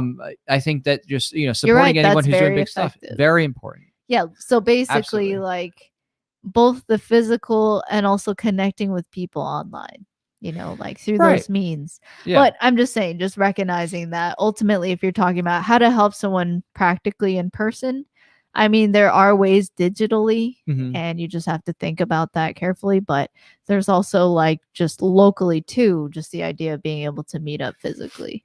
So it's just a matter of that's why I'm an all means person. Like it's never going to just be one thing. Now, again, that doesn't mean that an individual is best at doing all things, but you can do things within your capacities. Right. And that just depends on your personal interests and social profile, like who you know and stuff like that, and also your, you know, capabilities of what your talents are. It's a total picture thought of what you can do, and you just have to do what's best within your sphere. And again, some people are great at making music, some people are great at making podcasts, some people are great at, you know, organizing protests, some people are great at it's so true, some people are really good at speaking out, so or they're really funny, like Lou Perez, Dave Smith, like they're funny, like they're they're using their talents there to spread the culture of liberty. I mean, they are, and it's really cool to see. I just, like you said, we're not central planners, we're not prescriptive, we're just like, oh, look, here's some possibilities for you, but ultimately you're the one to decide. And I guess that's obviously the, you know, basis of our beliefs, which is first and foremost, you own yourself, right? You control your body. It's your first property is your own body, and you always retain sovereign claim. There's no, you know, ability to voluntarily be a slave. It's a contradiction. You know, you would just be voluntarily doing it then. Right. So as Megan says here, it says, thanks for using your platform to speak up. It's not easy time to do, and I appreciate the heck out of it. Yeah, I mean, it's again, you don't have to even have what we have in terms of just like, you know, social media and stuff like that. It's just as small as little conversations with your friends or family, coworkers, whatever, or even on threads online, right? Like, so yeah, in person, like you said. But I've seen people tell me that they've had their minds changed, and I've even seen exchanges where they're like, you know what, thanks for being so kind and helping me to see another perspective that I didn't think about, you know, on the nature of the state, for example. When somebody's just kind about it, and they're like, you know, you're like, hey, you know, you may not have known this fact about what the government has done. And it's really cool to see people change their minds, and you're like, oh, I'm just leaving a comment, nobody's going to see it. But even that one person, if it was just them and not even all the people reading your comment thread changing their minds, like even if it was just that one person, that person is now like an advocate of liberty. Well, comments affect me too. Like I read stuff all the time, and it's just like sometimes someone says something or puts something in a thread, and I'm like, oh, okay, I didn't know about that. Let me go research what they Right. mentioned. And then I look it up, I'm like, oh, wow, okay. Like you never know who you're going to impact by your commentary. And people have unique Yeah. takes. Like, Right. it's not like I can conceive of every single possible perspective. And that's actually part of the reason I really value freedom of speech and information is I don't claim to know ultimate truth or knowledge. And in fact, you would need to have knowledge of ultimate truth to be able to even validate that you've attained it. So I don't claim to have that, and I more so am just questioning and open to it. So I actually do appreciate seeing other people's opinions and I want to hear their reason and evidence, right? Like why do they believe this? I didn't have that particular experience, and it's really interesting to me to understand like why people believe certain things. Right. And ultimately, I just want that society of free speech without the violence. Like just the ability to be free to talk about it. But then you're like, okay, ultimately, I'm not going to violate you. There's these fundamental tenets, principles where you respect each other's body and property rights. You're like, okay, murder is wrong, rape is wrong, right? Robbery is wrong. I'm going to use persuasion if I want some of your money, right? I'm going to sell you. I'm going to ultimately ask you to whatever, sign a contract, and it's totally voluntary and transparent. Like things like that. Like if you just had that in society, everything else is fine. Like you can believe whatever you want, so long as you respect those basic tenets. I mean, you can go so far. Like humanity can go so far if everybody, believe that. And you don't even need everybody. You can just have like all the people now even and growing. But even all the people now just secede and form their own communities and just be like, you know what? I'm tired of this. I'm tired of, being told what to do and funding these people who offer no value in the market, who aren't asking me, what do I like? What do I prefer? Versus like, most private market transactions. So like, let me tailor it to you. What do you like? Do you, do you like this? Do you like this style? Oh, that doesn't fit your feet. I don't know. Well, shoes. Derek here says take human action, which thanks, Mises Derek. Kakis statement. He says, find your passion, That align is passion a and Mises profession, stuff. serve yourself best by serving others. Economics led me to real estate, and now my goal is to bring people financial freedom. Oh, I was like, Finn? Finn. This the end. Period. No. Financial freedom through commercial real estate. Oh, that's so cool, that's, Derek. That's a Cheers. great example. And actually, cheers to you. Cheers to you. Drink to that. And you get to answer the next question, actually. Did Evan ever answer?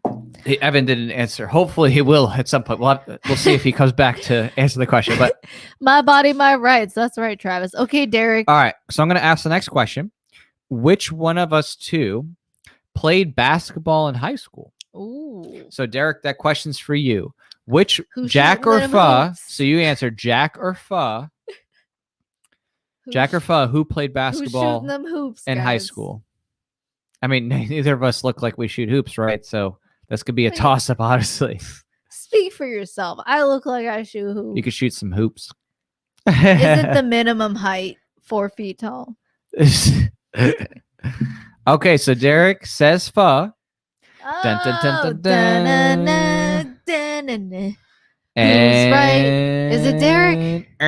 Sorry. Sorry, It's Derek. Okay. Good guess. Yeah, great The answer guess. is Cheers. me. I played high school Jack. basketball only for 1 year, and I mostly sat on the bench. I did play for 30 seconds, and they took me right out. Exhibition? Nobody wants me to play basketball. So do I have some drill skills? Yes. Can I shoot the free throw? Yeah. But do I look like a basketball player? You're No. better than me, at least. Yeah. I am better than you at basketball, at least. That's good. So good guess. Thank you for your support, Derek. Nice, and thanks for the reminder, right? Cheers. In your own work, right? If you have your own business or you're doing something where you have more managerial control, again, you can help promote the principles of liberty. In your I love that business. framework you gave. Like, bring your passion to your profession. That's such a great way to put it. Like make your craft something that you really love doing. Like, haven't you seen those videos where you see a chef that's like 30 years been doing like being a chef, sushi maker, whatever, and they just have a smile on their face. You can tell they really do enjoy it, and that's all they do all day, but they like it. Well, I'm just saying, like, if you actually have, whatever passion, and it's just like ultimately up to you. So it's just really interesting. I mean, where we're at is ultimately fundamentally we're individualists. Like we really care about the individual experience. For me, it's from empathy. It's like I want to be respected in my personal experience and my will. You know, if I can understand that I don't want to violate anybody, just like I don't want anyone to violate me. It's really not that hard. And it's, you know, just imagine a world where people trade peacefully and there's no violence and taxation and people are free to acquire wealth. But what you see in terms of battles, you could say, is actually persuasion, like reason and evidence debates. You know, nobody has a monopoly on things like on government, where you can threaten people with violence or to shut them down if they don't like tout, you know, what you want them to say. Like, where you could actually have, like, I imagine open debates, like where you have, because there's no monopoly, you can actually have like these debates that are live and people can talk about their ideas. So, like, so home forums everywhere. yeah, exactly. So Evan here says, I think the only way to win is to unite the libertarian people all over the world. Thinking local is nice, but trying to open up things to the free market, we get ignored a lot because we have no foregoing policy.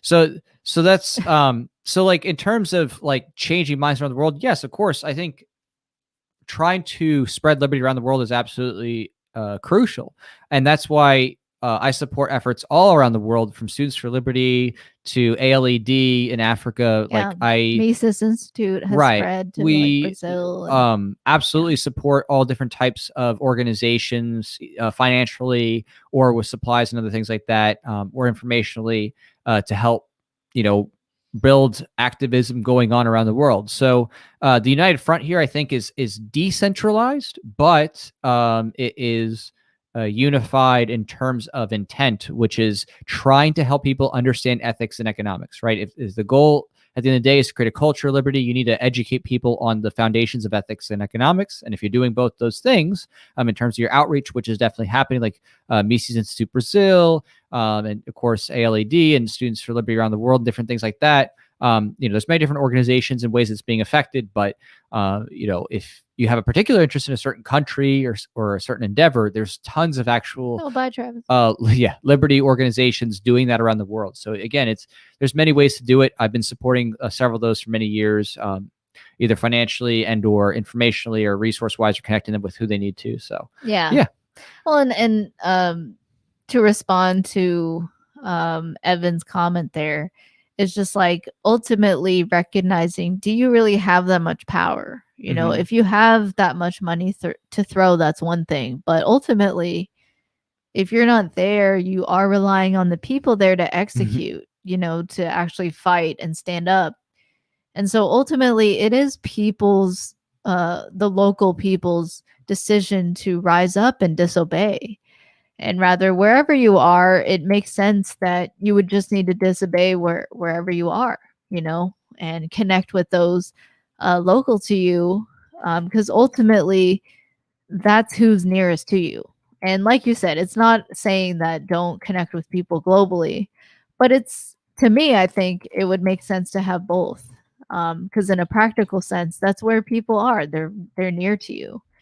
And those are the people that you could bring water to. You know, it's not just, hey, I'm going to send you money, but I can't actually bring it to you. I'm going to rely on you to go to the store, you know, and if it's tumultuous out there for you, you're in Australia, you can't actually go. I mean, you're not actually protecting them. So it's not saying that you can't help that, but at the end of the day, it doesn't change that those people that are there have to take it into their own hands to actually affect change. So like just throwing money at one person doesn't create people who are passionate about liberty, right? So that person who's there needs to be able to either become a leader or change their friends' minds and family. Like Ron Paul. And help to disobey. Yeah, exactly. And form the local community, the people on the ground that can actually disobey. Because the Chinese government doesn't care that some American is saying like all your policies is wrong. You know, they care about the ones who are actually supposed to be on the hook for giving them taxes. So they're caring about the people in their country. And yeah, so that's why at the end of the day, it's the people there. And so yeah. So anyway. Right. Yeah. I mean, it's one of those things where, but both make sense. You just do whatever is going to make the most sense for you. Yeah. And overall, as long as you're continuing to grow every day and just pursue truth, the impact is going to be long lasting. But it takes a lot of work. It does take a lot of work to undo the brainwashing and to build those bridges. Exactly. Right. And to build bridges with others and stuff like that. So absolutely. Yeah, it's true. Well, on a bright side, we are almost to 7K. Actually, we're only 108 away from there. Whoa, that's so cool. Thank you so much, everyone, especially Evan and everyone else who has just helped push us over the edge. Seriously, thank you. Really cool. We're gonna be able to do a lot with this, so pretty exciting. Awesome. And we're gonna be probably shooting at this point in November on the Disobey campaign. It's going to take, obviously a few weeks for things to process in Indiegogo. And then we got to do pre-planning and stuff like that. I got to do a bunch of the casting calls and arrangements, order props and all that good stuff, make sure the equipment's going to work and whatnot. But it's going to be fun. It's going to be a whole lot of fun. I think we'll hang on here for another 10 minutes. 10 minutes. So let's see if we'll be at 3 hours. All right. Right. Stay dangerous. Let's see if we can do it. I want to see, can we cross? 108. We only need 108 to cross the 7K. 108. So that's pretty good. Yeah, thanks for all the that's shots, gonna let guys. us do a lot. That's the most White Claw that I've had in a while. Yeah. Dude, any kind of drink. That's a lot. So Evan says, Joe said that 60% of the people share libertarian beliefs in America. I'm not sure that 60% of people share libertarian beliefs. My personal belief is that virtually everyone has a libertarian belief for themselves. Like, in other words, at a foundational level, they want to be left alone. Everyone wants to have their consent respected, right? On an individual level, everybody wants to have their consent. Even the mass carrots, they think they're consenting. They're like, this is the best way. Yeah. But the number of people who are principally libertarian would probably be closer where I wouldn't trample over your rights. Yeah, probably closer to 10%. And I'd say that 10% itself has a wide range of people who are libertarian based on just lifestyle, like they live libertarian values, not very economically savvy or philosophically savvy, but they kind of live that way, to people who are like voluntarists and ANCAPs, so people who really understand the philosophy and ethics, and that's like a part of their being. So I'd say it's probably about 10% from what I've seen, and growing, of course, and definitely growing. And then I'd say that adjacent, like libertarian adjacent, is probably 30%, from my understandings and my observations. So you'd say like 30. In other words, in addition to the 10% of libertarians, like true libertarians in terms of action or belief, 10%, probably another 20% are adjacent. In other words, people who basically kind of give lip service to libertarianism and probably could be convinced toward there in America. I'd say, pretty, that's my understanding. And those people tend to be the gun rights absolutist people in the conservative crowd, and like the drugs absolutist people in the leftist crowd, like, you know what I mean? Those people who anti-war, right? The people and the and they're also truly anti-war, like those the leftists and the conservatives, anti-censorship, pro-free speech, people who like have this concept that like, oh, there are things the government should not touch. I'd say they're adjacent in that they might be able to reach to be like, oh yeah, you already get the government should have no involvement with this whatsoever. Okay, well now let's apply that philosophical thing to the rest of everything else, and and not just make an excuse for other things. But if you understand, the government shouldn't mess with medical privacy or guns or the war, and they shouldn't, mess with drugs, stuff like that, then okay, you can move forward. So, yeah, definitely. Yeah. And it's, what's cool is it is happening in a decentralized way. It's just people who they have the internet, a phone, a computer. They're the ones searching this information. Nobody's telling them to search up liberty. These are the people that may come across a meme or a video or a music video like we're trying to make. And they have their minds like shifted, and they're seeking it out. Nobody's forcing them. So to me, it's pretty incredible, right? Like the spontaneous order, you could say, just like people in a decentralized level from their own individual will, deciding to make these decisions. And you have over time the spread of liberty. And it just keeps growing stronger, in my opinion, as people more and more are experiencing the nature of the state and also how bad it's gotten in their own governments. Like some people are like, oh, I thought I had democracy. Like in Hong Kong, they're like, we have a democracy. We pride ourselves on having a freer market than most countries, right? Up there above Singapore at one point. And it's just horrible and sad that they're being taken over. But they were all surprised that the Chinese government was as totalitarian as it was. And also their own police force, the Hong Kong government and the Hong Kong police, they were like brutalizing protesters of all ages, kids, students, old people, adults. Like they were just keeping them from speaking out against the communist takeover. Mm-hmm. So a lot of people were surprised and woken up that way. And I think that's what we're seeing worldwide is, you know, part of the shift in the change of liberty has been one of like, you know, self-reflection on one hand, and just like a gradual discovery and like a pondering and be like, okay, I agree with these principles, you know. On the other hand, for some people, it's been like in your face, like, oh shoot, what happened? I thought I was free. Mm-hmm. Right. Like they're like, what? Why am I being shut down all of a sudden? Why do I have to wear this mask? Why do I have to get a vaccine just to be on this flight? This is crazy. You know, they thought that they could just pay the government and be on their merry way and be left alone, pay the mafia off. But no, now the mafia is like, no, I'm going to cut off your legs. I don't care. And take your money. Both, you know. Well, let's cheers to liberty. Thank you, Bart, for your support. Yeah, I guess we're reaching the end. 3 hours. That was fun, guys. Yeah. Cheers. Thanks, Martin, there. To liberty. We're almost to the 7K. I love your black and yellow Only hearts. 108 away. We're very close. We are close. Will someone come in clutch at the end? We'll have to find out. So Evan says, I mean, people are people, and the agency part is right. You talk about full heart. So basically, we're just talking about that. I see what you mean. Flip floppers, like, right? It's just based on the circumstance. So some people, it's whoever's in power, whatever is the cultural norm, they're gonna follow that. It's just they're not following their own fundamental like principles. They're just like, okay, I'm just gonna do it because other people do this, so I'm gonna wear the mask because I don't want to be hassled, you know.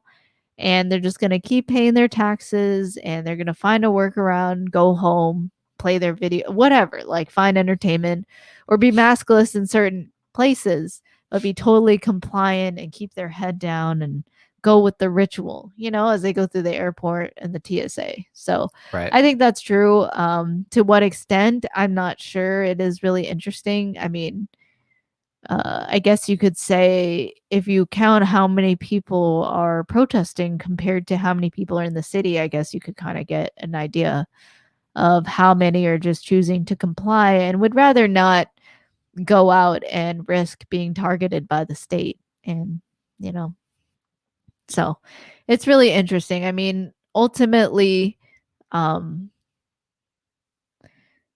like, you know, somebody declaring worldwide to be like some leader, I don't think is very effective compared to you just befriend a lot of people and you helped to create a culture of liberty just by virtue of your actions and your nature and how you treat people, how you engage in interactions. You know, are they voluntary or not? Are you upfront and honest or not? You know, like those are all really important things that we can build a culture towards. And I think that is the foundation of what would be a free society is this idea of respecting individual rights. So, and I think it can happen. I mean, it's already, like I said, a lot of people respect that. You go to any libertarian conference, like we go to Tom Woods 2000, it's not really a conference, it's more just like celebration of his 2000 podcast, but it's going to be a lot of people who respect fundamentally your right to be free, you know, to bodily autonomy. And it's going to be really interesting.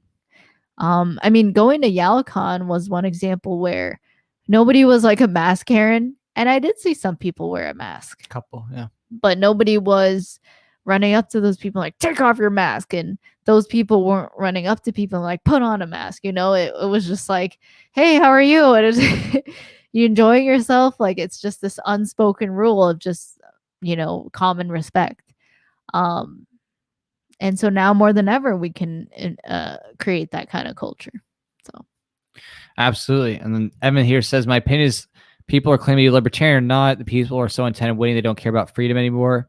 I mean, certainly, like in terms of like LP political party stuff, there are people who are there just to fill a seat. They say they give lip service to liberty, but it's just like to give themselves purpose. But yeah, I would say the actual libertarian culture is much greater and has, I mean, it's really mind blowing as someone who's been doing this for over 15 years in terms of trying to, you know, promote liberty and educate people. The amount of cultural change is just phenomenal, and it's global. And I think that, you know, if we keep doing this, that is reaching out to people, trying to teach them ethics and economics, inspire them that their life matters, that their actions matter. I think that it's going to change the tides. And, you know, and that happened, I think, really specifically, you know, by the time of the Epstein case, where there was a pretty big national movement of people being like, So what the many heck is up with the memes. government, right? Like people were like, Yeah. okay, the government's evil. And then, of course, 2020 and all the government shutdown and all this stuff happened. You know, it was a big that distraction. also happened after Right. so many Hong Kong protests were happening, where it was actually escalating. They like really cracked down. And Right. you had the virus like that next year, you know. So 2019 was when there was still a lot of protest. All right. So we do have a shot for Liberty Prime. Oh, well, I try to get that Indiegogo money. No, I mean, now we're We're literally almost to 7K. Cheers to you. We're thank you. Yeah, I know I'm getting sloppy now. All right. Spill. Cheers to you. Cheers to Cheers, Liberty Prime. Thank you. Seriously. You're awesome. Good to see you. I hope you enjoyed your Taco Bell. We're now only $98 away from Speaking 7K. Of Taco Bell, can we do it? Delicious. Can we do 7K before we leave? Is that possible? I don't even know. Oh, it's only 98. Well, that's just like 2 art prints or whatever. Are you guys ready for the live stream tomorrow? I don't even know if I'm gonna be ready this week. We've had a lot of shots already. You're right. What are you gonna do? We gotta switch to 1%. Right? Is there a 1% alcohol? Can we do that? Oh, there is? What kind? 1%? I don't, yeah, like kombucha. Simon says, I was 21, married, now 36. Kids, the revolution probably have to do with me. Well, it just depends on where you're at, you know what I mean, in terms of your life. Again, there's nothing wrong with having kids and fostering the next generation for liberty. That's itself a noble and great thing. So, you know, I mean, it's one of those things where it's like no one should ever denigrate themselves for whatever effort or level they have. If you're just doing something that's within your capacity, great. Like that's all that matters. Like it doesn't, you know what I mean? You don't have to change the entire world yourselves. If you're changing your kids and helping them grow up to appreciate liberty, or if you're, you know, influencing your family, friends, I mean, this is seriously like the most important thing. Because if you do that, then the chain reaction that comes after is just incredible. So yeah, Larry Price said, tomorrow is today. Yeah, now it is. Thanks, Evan. You're awesome.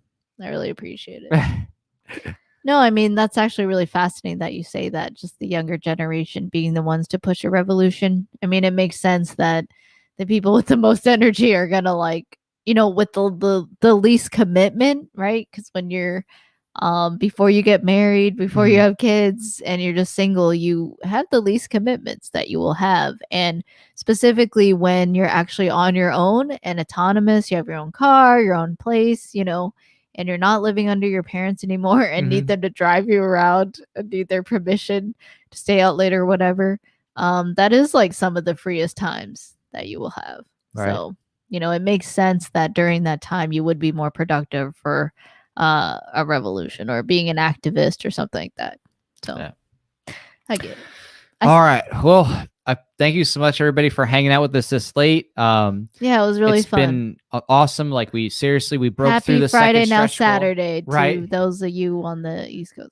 So thank you so much. Now we're going to be able to make that second bonus art print thing. It's going to be super cool. I'm really excited for this music video because I would say with every single video that I do, whether it's like a presentational video or a music video or a song going in the studio, like I do notice that I'm getting better, and it's really fun to just see that progression. Right. You know, and specifically for this, I'm really excited to have our friends, and I hope that we can have a lot. So we'll see. Yeah. But It's I'm gonna be a good time. excited for the scenes that we're gonna shoot. Yeah. So we have some fun. I have some scenes in really mind. funny scenes. It's going to be great. There's I'm going to be so some excited. screenshots, I'm sure, from that become memes themselves. I guarantee you. I'm going to try to make this absolutely killer and monumental. So it's going to be entertaining to say the least. I'm excited. All right.